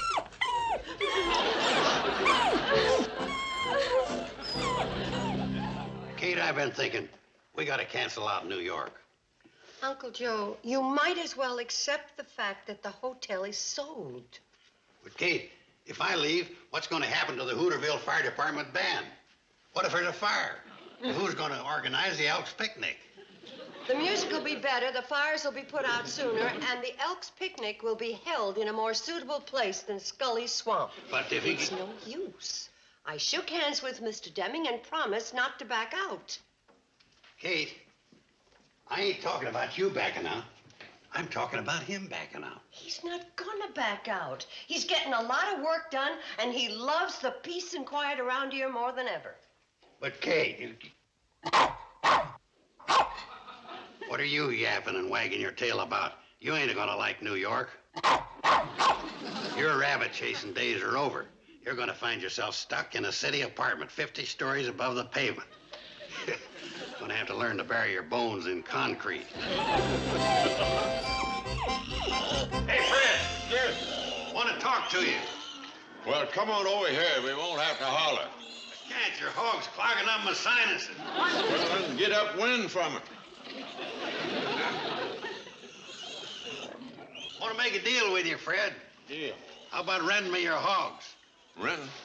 Well, now, I never had no experience renting hogs. What do you want to rent them for? Well, we got this writing fellow over at the hotel we want to discourage. We figure your hog's in there going full blast. No, just at that blame minute. Oh, no offense, Fred. Since this is a city feller, we figured your hog's in there a-fragranting and an-oinking around the hotel. Well, now, in that case, they'd have to charge you by the oink. Nobody's going to have time to stand around counting oinks. Gotta have some way to figure. What difference does it make, Fred? Your hog's got to oink someplace, whether they're oinking here or oinking there. Well, what are you trying to get rid of this writing fellow for? Ain't he paid his bill?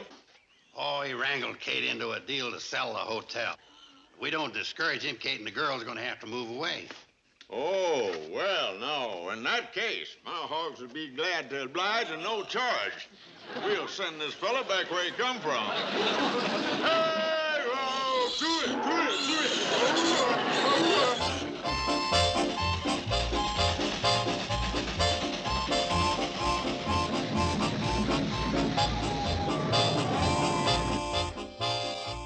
Come on, boys, hurry it up, hurry it up. Let's go. Okay, Floyd, open that door real wide to release that hog aroma. They're gone. Gosh, Fred will kill us. Uh-oh. You ain't paying passengers. What are you doing in the coach? Joe, we told you to fasten that coach door tight. It's lucky for us. The wind's blowing straight towards the hotel. I'll bet Demi's getting a whiff of them hogs right now. Get them oinks to going. Sorry to bother you, Mr. Deming, but I thought I'd better close this window. Window? What for? On account of the aroma that comes in regular this time every day. I don't notice anything. Then you ain't breathing. Here, take a deep one.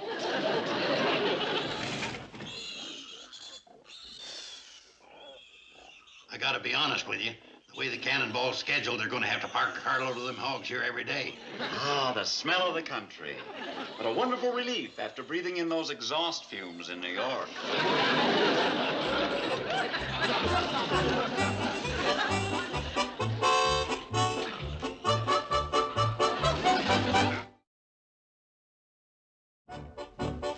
Okay, boys, he's up there working. Let's start destroying the peace and the quiet. All right, which one should we destroy first? We don't destroy the cannonball. Don't be selfish. You don't want Kate and the girls to go away to New York, do you? No. Then stop yapping and start whacking.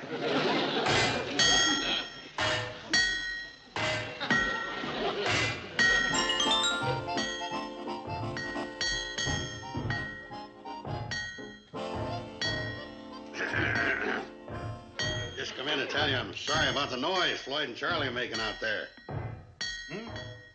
I say I'm sorry about the noise Charlie and Floyd are making out there. Oh, that's all right. Now, you know how it is with an old locomotive like the Cannonball. It's got to be worked on all the time. Mm-hmm. Guess so.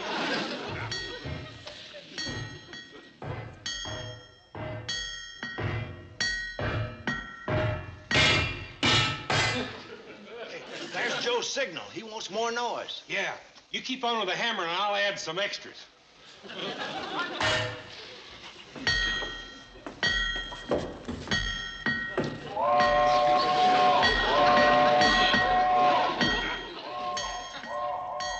Boy and Charlie will probably be at it all night. Mm-hmm. Guess so.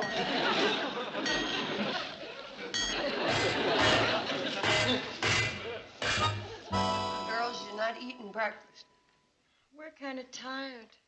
We didn't get any sleep last night. Who did? Boy, what a racket.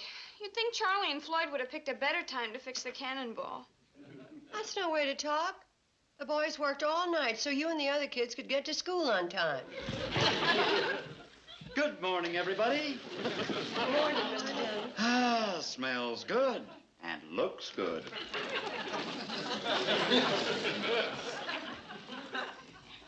Morning, Uncle Joe. Morning. Morning. You look pretty good, considering. Considering what, Mr. Carson? Considering the sleep you didn't get on account of the boys working on the locomotive. Didn't bother me a bit. Slept like a baby.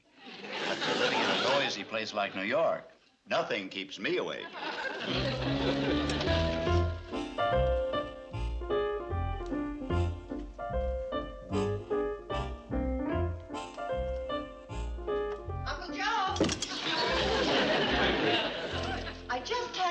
rest and talk with Floyd and Charlie, and what have you got behind your back? What back? The back you're using to hide something from me. Uncle Joe? What's in there? Ain't nothing, Kate. Just a few friendly mosquitoes. Friendly enough to bite Mr. Deming, so he'll think this is an unhealthy place to live and back out of buying the hotel? Now, Kate, you're jumping to conclusions. I was just getting together an act. Oh, it'll never top the act you've been doing so far. Floyd and Charlie told me about the phony breakdown of the cannonball and the hogs. Oh, they did they? Yes. And let's get one thing straight. The hotel is sold, and we're sticking to the deal. But, Kate, Oh, Mr. Deming, did you enjoy your walk? Mrs. Bradley, I enjoy everything about this place. The walks, the food. How do you like the mosquitoes? What mosquitoes? The ones that always show up here around this time of year. Uncle Joe. They come back here like the swallows come back to Capistrano. Only our mosquitoes is bigger. Uncle Joe's making a little joke. Very little. You're quite a card, Mr. Carson. I'm going to miss you. And soon. He's gone into town to pick up the deed to the hotel, which reminds me. Girls. Yes, Mom? You better go along with Uncle Joe and keep an eye on him. I better go along and keep an eye on you. And you better come along and keep an eye on me. Oh, and Mr. Deming, you better... No, thanks. All I want to do is get at the next chapter of my novel. Well,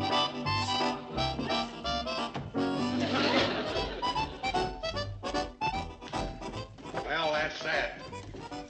Uh-oh. I just forgot something. Kate, I'll meet you and the girls on the train. Well, hurry it up. Supper's late already. Hey, Sam. Now, Sam, I don't want you to take this the wrong way, but there could be a few loopholes in this deed. Oh, not a chance. I drew that up myself.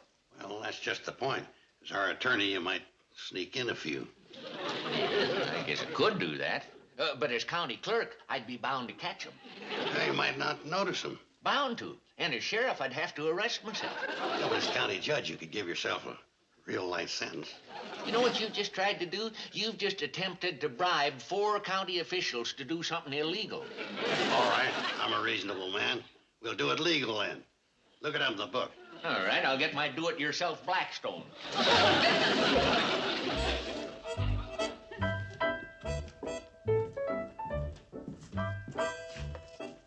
It'd be under S for shenanigans. Uh-huh. Yeah. That's what I thought. The legal situation regarding Kate and the sale of the Shady Rest is a simple matter of an ex post facto case of a conveyance contract or covenant without recourse to escrow by the vendor or the grantee. Yeah? Well, what does that mean in plain, simple, everyday English? In plain, simple, everyday English, I'm sure going to miss you folks.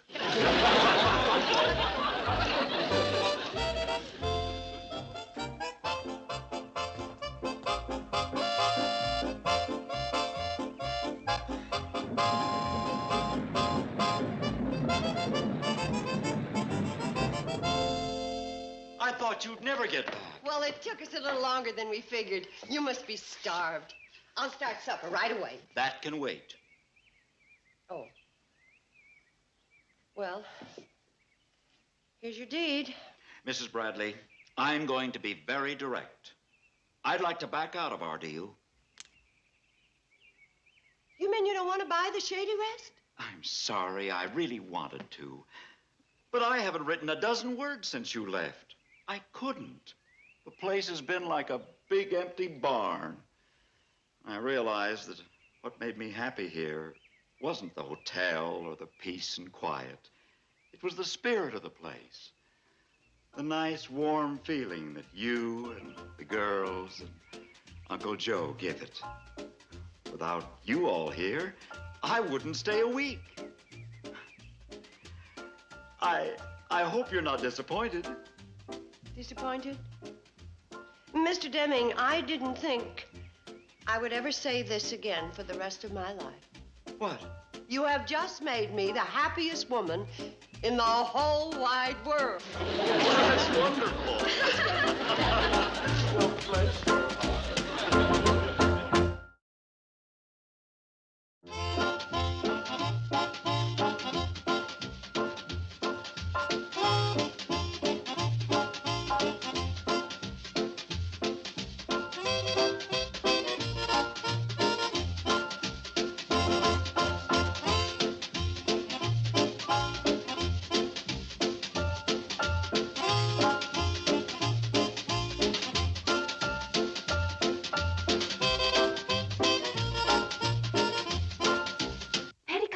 Junction.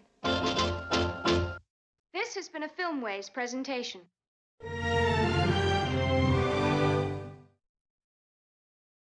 কালকে থেকে ভালো হবে সাইমা আজকে do or die কিন্তু হ্যাঁ ইনশাআল্লাহ ভালো হবে আর মাত্র 5 মিনিটস বাকি আছে only 5 মিনিটস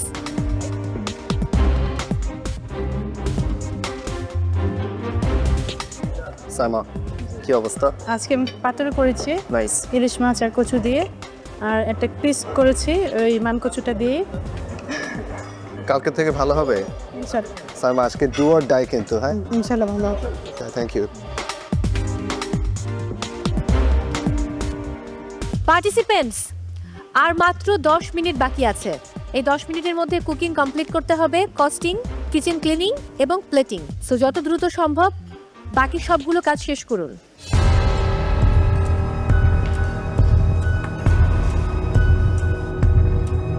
আজকে কনফিডেন্ট মনে হচ্ছে সবাইকে সাইমা আর লাকি আজকে তাদের ডিফারেন্সেস মানিয়ে নিয়ে একসাথে মোটামুটি ভালোই কাজ করতেছে নিশাতে কাউন্টার দেখলাম একটা বিফের ডিশ করতেছে আজকে কিন্তু নিশাতের টিম আর আপনার জানের টিম নেক টু নেক অলমোস্ট সেম রেসিপি চিংড়ি দিয়ে কচুর ডগা দিয়ে একটা কারি টাইপ করতেছে green in colour almost same so ভালোই একটা কম্পিটিশন হবে তাদের মধ্যে সবাই কি মানে চিংড়ি নিয়ে খেলছে না মোটামুটি চিংড়ি নিয়েই নাশিতারা একটা চিকেনের ডিশ করতেছে আর নিশাদদের দেখলাম একটা বিফের ডিশ করতেছে প্রেসার কুকারের ভিতরে দেখতে পাই না ভিতরে কি অবস্থা বাট বিফ দিয়ে তারা রেসিপি করতেছে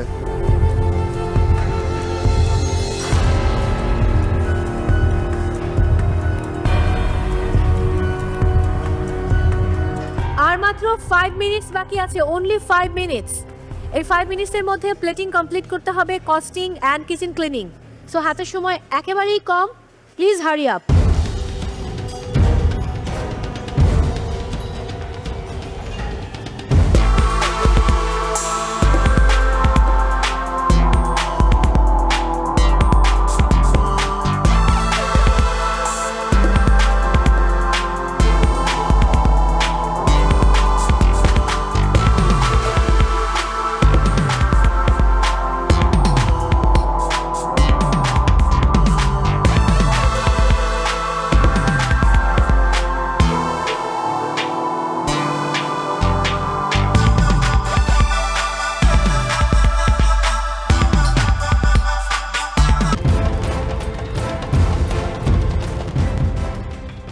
ওকে কাউন্টডাউন দিচ্ছি 10 9 8 7 6 5 4 3 2 1 0 and time's up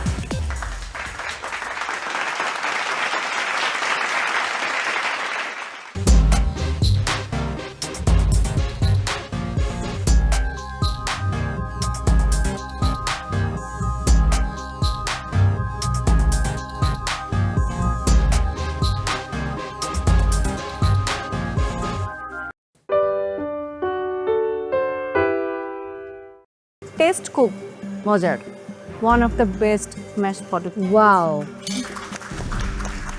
roasted tomato and cheese stuffed crispy chicken based with mushroom risotto যে 800 টাকা হয়েছিল এটাকে আমি সেল করতে চাচ্ছি 2500 টাকায় দ্যাট ইজ ওকে এবারে চট্টগ্রামের প্রতিযোগী উর্মি আপনার খাবার নিয়ে চলে আসুন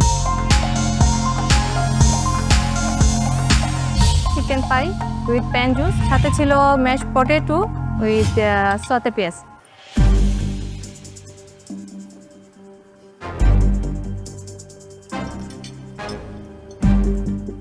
ভিতরে চিকেনটা কিভাবে করেছেন চিকেনটা আমি প্রথমে ছোট টুকরা করছিলাম একটু সতে করেছিলাম এরপরে আবার হাত দিয়ে শেডেড করে আমি এটাকে রান্না করে নিয়েছি কতক্ষণ বেক করেছেন আমি টোটাল 30 মিনিট বেক করেছি পাইটা স্লাইটলি আন্ডারডান হ্যাঁ অল দ্য ওয়ে কুক হয়নি আর একটু রাখতে হতো ঠিক আছে ভিতরের ফিলিংটা ইজ নাইস ম্যাশ পটেটোটা অনেক মজা হয়েছে প্লেটিং সুন্দর ছিল নিট ছিল ওভারঅল গুড ট্রাই একটু নিচের অংশটা আরেকটু যদি বেক হতো ভালো হতো but test is very good ভালো ওভারঅল খুবই ভালো প্লেটিং সুন্দর টেস্ট খুব মজার one of the best mashed potato. Wow.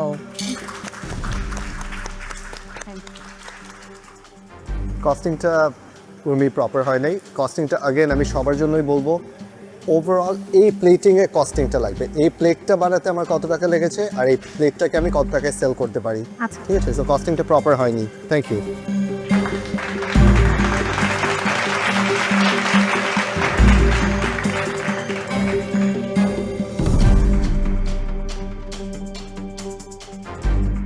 এবারে কুষ্টিয়ার প্রতিযোগী জিনাত, আপনার রেসিপি নিয়ে চলে আসুন।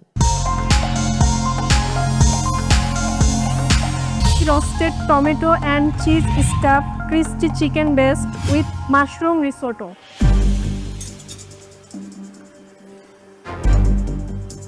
রোস্টেড টমেটোসগুলো কোথায়? এগুলা না, ভিতরে ভেতরে ফিলিংয়ে রোস্ট করে নিয়েছিলেন না?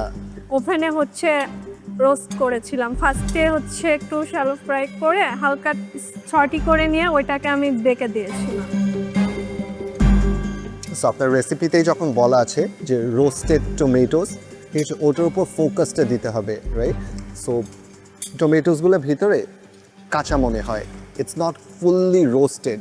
রোস্টেড হলে কালারটাও চেঞ্জ হয়ে যাবে, টেক্সচার চেঞ্জ হয়ে যাবে, and there is going to be a roasted flavour, যেটা আসছে না, রাইট? কাঁচা রয়ে গেছে। চিকেনটা ইটসেলফ ইজ মজা, আই থিঙ্ক চিকেনটা সুন্দরভাবে কুক হয়েছে। রিজোটোটা হয়নি, রিজোটোর ফ্লেভার্সগুলো প্রপার হচ্ছে না। আপনার রাইসের কুকটা ঠিক ছিল, বাট কনসিস্টেন্সি এটা আরেকটু শুকাতে হতো। আরেকটু শুকালে আপনার রাইসগুলো দেখা যেত, and it's not flavourful. But আপনার রেসিপির নামেই ছিল রোস্টেড টমেটোস আর মাশরুম রিজোটো, সো ও দুটার ফ্লেভার আসছে না। ভালো ছিল, চিকেনটা ভালো ছিল। গুড ট্রাই, ভালো লাগলো। Costing same problem overall. Full মানে টোটাল আমার 3টা পোরশন মিলে 800 খরচ হয়েছে। আমি সেল করব 3টা পোরশন হচ্ছে 2500। ঠিক আছে, সো নেক্সট টাইম থেকে এটাই লিখে নিয়ে আসবেন। আমি ইন্ডিভিজুয়ালি যেটা দেখছিলাম ইন্ডিভিজুয়ালি ঠিক আছে, বাট আমরা তো এটাকে একটা প্লেট হিসাবে সেল করব। আপনি যেটা বলছেন ওটা ঠিক আছে, যে 800 টাকা হয়েছিল এটাকে আমি সেল করতে চাচ্ছি 2500 টাকায়, দ্যাট ইজ ওকে। আচ্ছা, থ্যাংক ইউ।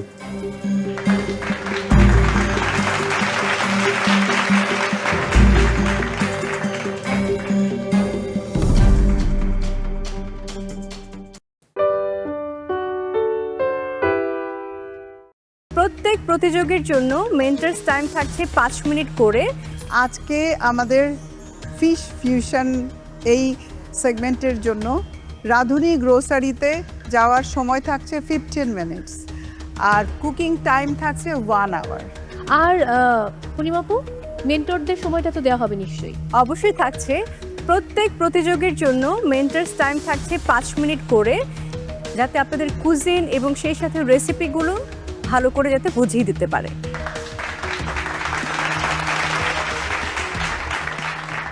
Thank you. আমি আমার টিম বিজ্ঞ বিচারক অনুরোধ করব তাদের আসনে বসার জন্য। অনেক ধন্যবাদ।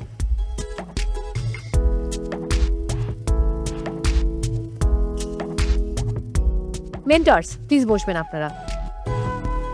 সেই সাথে প্লিজ আপনারাও বসুন। মেন্টরস, আপনারা পাচ্ছেন আপনাদের প্রত্যেক প্রতিযোগীর জন্য 5 মিনিটস, এবং মেন্টরস টাইম শুরু হচ্ছে এখন।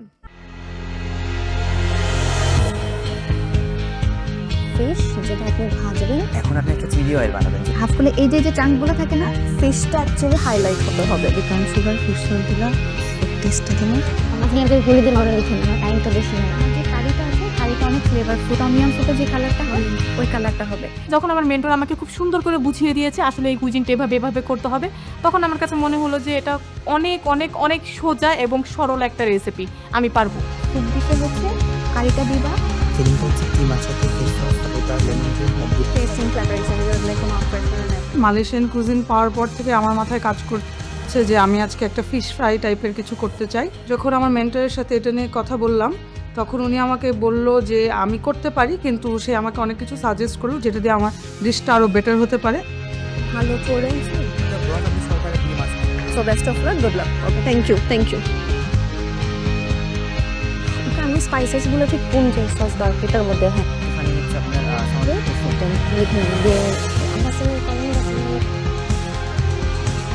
তুমি বলে যাবো আপনাকে, আপনি আপনার এটা বলুন না, আপনার টাইমটাকেও তো আপনাকে কাভার করতে হবে। ফেরদৌস আরা, আপনার সময় শেষ। Thank you.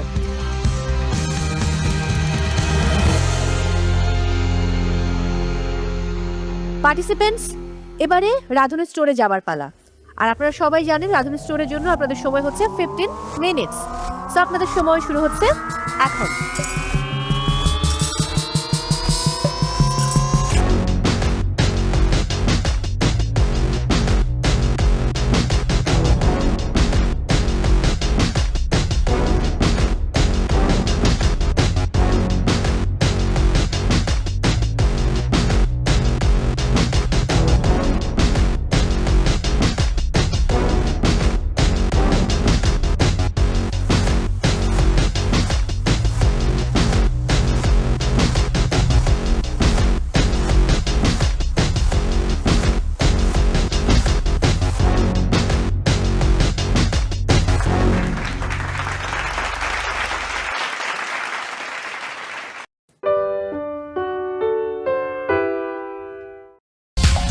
কচুর যে রুটটা আছে ওইটা দিয়ে ইলিশ মাছের একটা ঝোল, কচুর পাতা আর কচুর যে ডগাটা ছিল ডাটাটা ওটা দিয়ে চিংড়ি মাছের সেমি গ্রেভির মতো একটা ঝোল, আর সাথে করেছি সাদা ভাত। এই তো বাংলার স্বাদে এখান থেকে এখানে চলে এলাম। মানে আমি এক কথা বলবো, ওয়াও। পুরান ঢাকার লাকি এবং সেই সাথে ফরিদপুরের সাইমা আপনাদের খাবার নিয়ে চলে আসুন।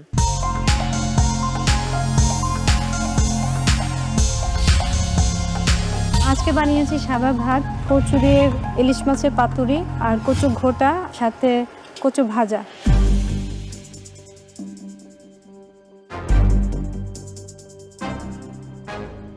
আমার কাছে ভালো লেগেছে, থ্যাংক ইউ। খেতে ভালো ছিল, বিশেষ করে পাতুরিটা আমার কাছে অনেক ভালো লেগেছে। প্লেটিংটা যদি একটু মাটির প্লেটে হতো, মানে বাংলার স্বাদে একটু টান পড়েছি, আদারওয়াইজ ভালো ছিল। প্লেটিংটা সুন্দর। I like the idea of the chips. পাতুরিটা ইজ গুড। তারপরে আমার মনে হয়েছে যে কচুর ইউসেজটা আর একটু ব্লেন্ডিংটা প্রপারলি হলে, এটা ল্যাক অফ টাইম হতে পারে, এটাকে রেখে দিলে অনেকক্ষণ এটাতে মাছটার ভিতরে কচুর ফ্লেভার্সগুলো ইনফিউজ হয়ে যেত, ওখানে ছোট একটু ল্যাকিং রয়ে গিয়েছে।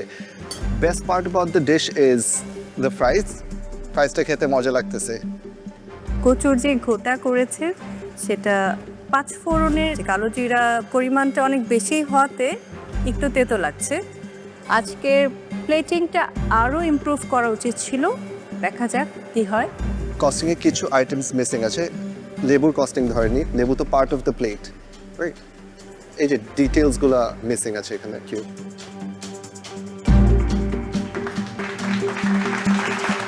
Thank you.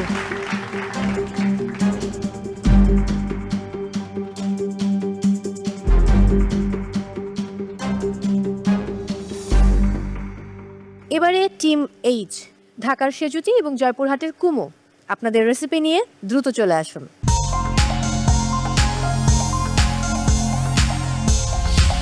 কচুর যে রুটটা আছে ওইটা দিয়ে ইলিশ মাছের একটা ঝোল, কচুর পাতা আর কচুর যে ডগাটা ছিল ডাটাটা ওটা দিয়ে চিংড়ি মাছের সেমি গ্রেভির মতো একটা ঝোল, আর সাথে করেছি সাদা ভাত, একটু পেঁয়াজ ভর্তা আর কচু ভাজা।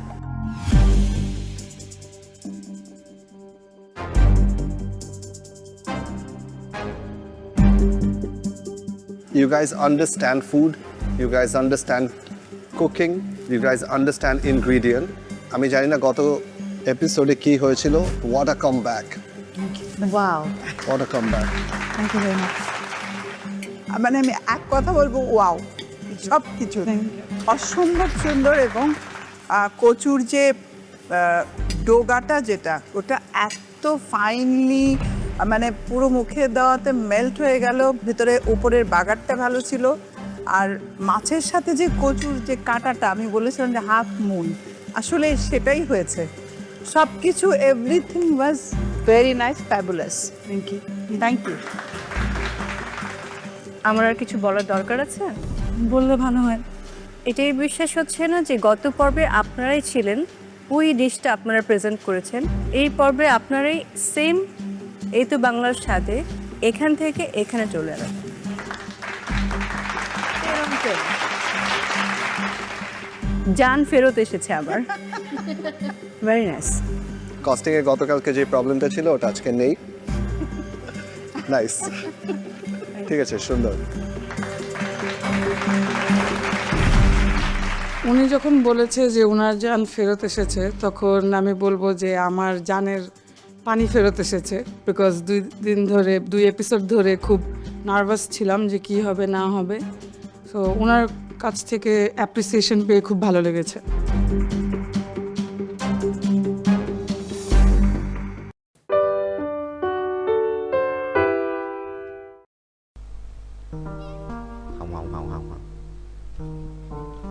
Ơ, 26 lá rồi 27, 27 Ai à, ai à, ai à, ai à, ai à, perfect Này còn 69 nữa, chôn tao Chôn không Chôn không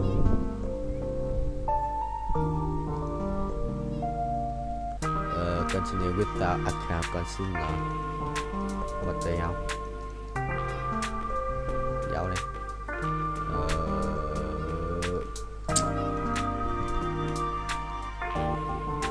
Thế nữa chôn tao bay thời bay cao như chỉ thích music và là bay cao thứ hai của mọi bạn bay cao lên còn cao trời cái đấy lên cao như khoan cờ thứ hai 1, 2, 3 và nó vậy yes sir not now good rồi may quá không phải xác nhận anh như con trên không bên đợi xong ông ran even mèo go mèo go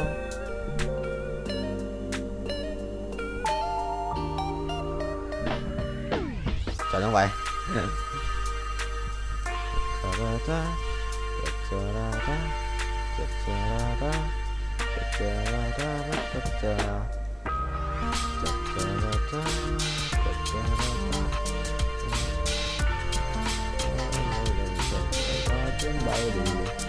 Ồ, chết rồi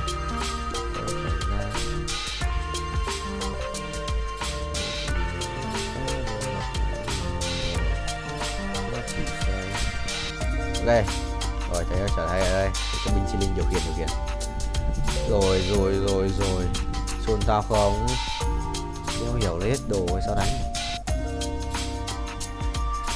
đừng lấy cả có đánh đổ với những người bạn có đánh đổ vào cả hạnh phúc mua một cười tạm của riêng tao thật là như mưa chỉ trời xuống bắt tay lên phát triển chiêm bao tôi được mời uống ông trình bản thân dạ trình số dạ tình yêu đêm ra đi như một cơn gió đó ôi 49 rồi 50 triệu của thầy đây rồi mà không có 50 triệu ra lẻ dừng đơ gì epic thôi cũng được epic thôi là binh chi linh rồi được phong bạt đón bảo cảnh giờ cái vào cảnh tốt như cần thiết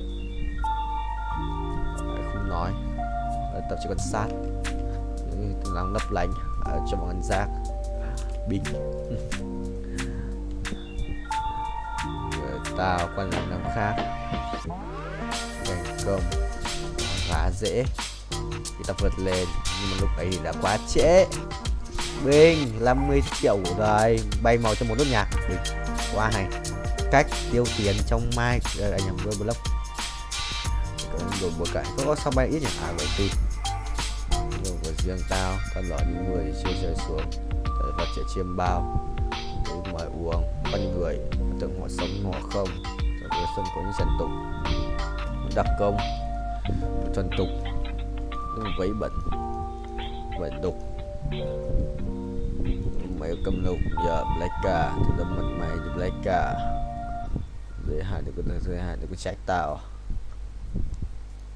phận của tuần hoàn với cái bần hàn rồi làm chắp tay lạy Phật không vì tham ngược vào con được khóc một người vì quan đỏ da vàng với quan là Việt Nam Bình cầu nguyện Amen Ajinomoto. Rồi cục gì đây?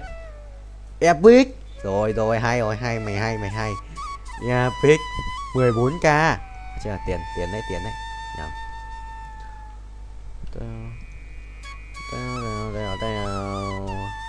14k. Mèo. Đáng nhờ, xứng đáng nhờ. Một sự đánh đổi đấy, Có tay không? Có đánh đổi với những người bạn. Ai nhắn đấy? Như Hồng Tuấn không có khăn thôi. Mới nay gặp mấy ông bảo vệ lò ở đâu cái xứ thì em không cần đâu. Không muốn được yêu, em không nói điều, anh trai kêu anh muốn nó chiều mà em nói phải nó nước. Không muốn được màu cái gì không em, chỉ tao sai chỗ rồi không có vé, xong lúc tao về là mấy ông khác, đéo giải thích được. Mấy ông vẫn cho về, tại tao bảo lần đầu.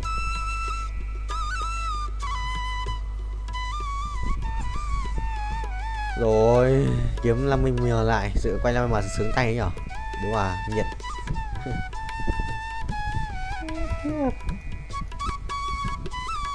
Rồi đấy, bắt đầu zone 7 rồi. Quay đây, còn bỏ lên hơi với anh nhanh nhỉ. Được, vậy với anh nhanh. Còn nào em mất em từ xếp bài á, cần mất thêm khi thấy đợi thêm một tí đây, để đang rảnh bận như thế. Thằng ấy đen này bố chịu xin lát này, rồi xong, rồi đặt quay lên vẽ xong như thế. Uy hiệu thần giống vương miện đấu sĩ, trang bị Pandora. Rồi cái Pandora đấy phải để như shit. Tam lại thôi, 5 màu ấy, kiếm nhanh phết, còn 10 lần nữa. Ôi trời em ơi, cha sức chưa quay về. Là tại ai như vậy.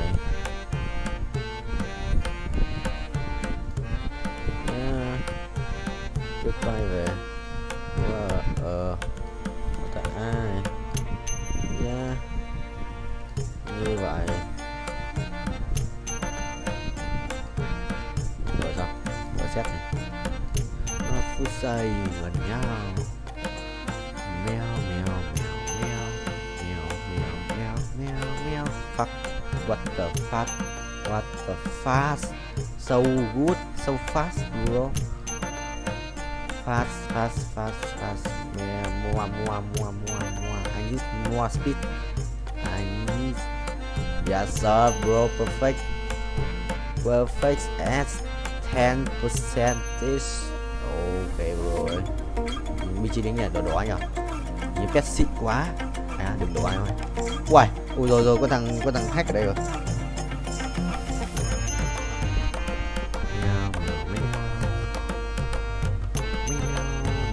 Giờ của rồi. Tôi thành. Giờ dia này tôi sự ra cái liên kết miền Tây rồi. Xịt chết người tao nó cứ phải做làm gì. Vẫn xong 8 mò. Đừng gọi tên tao xuất hiện đâu, tao rảnh.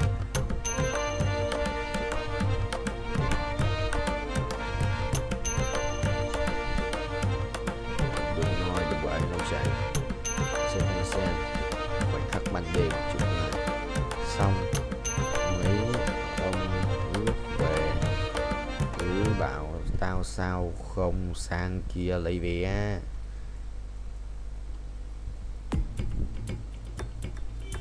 chậm lại, chậm lại, chậm lại, chậm lại. Lại không lùi được. Rồi đi tập cho hoa sinh nhật đẹp trai.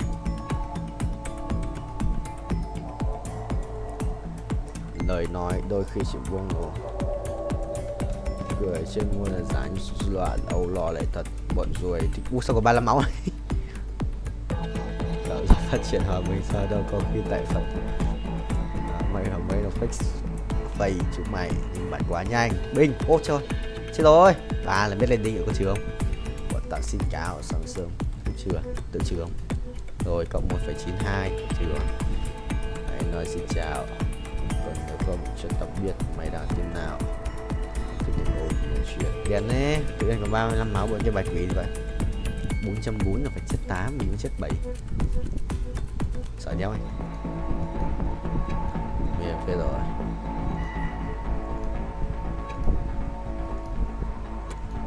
Kêu à. Điên này rồi.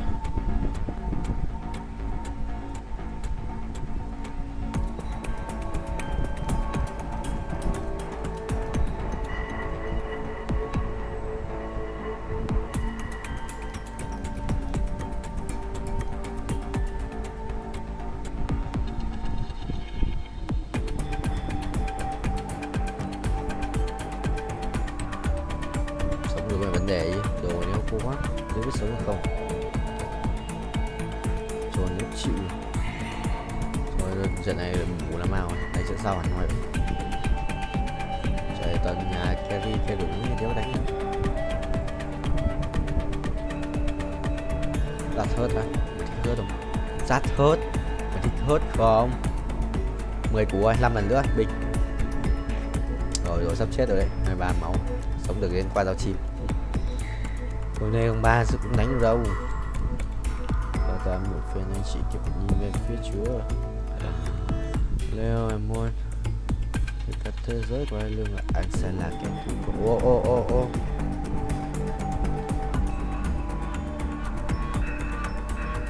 Tự nhiên đi.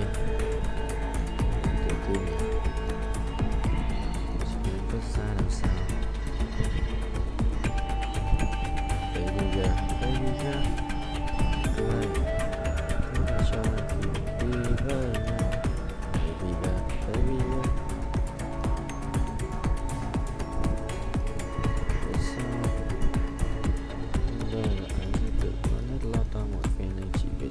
Bây giờ nếu mà muốn mình ở nhà cảm em mãi lo ý anh yêu anh vào binh chi linh không thì có binh chi linh không hả thầy? Phong độ tìm em Bình ra làm sao? Rồi hồi này flag 3 Zari 3 đéo biết đánh được không? Flag vất đau lắm. Chết rồi, thắng trận cuối cùng. Thôi trận này là trận sau tuần nữa thì cút 5-1. Sao anh xuống phong độ tìm mình chọn anh xuống. Rồi binh chi linh bay một chút là binh chi linh baby girl 30 phút à? Ai á? Mày trốn không?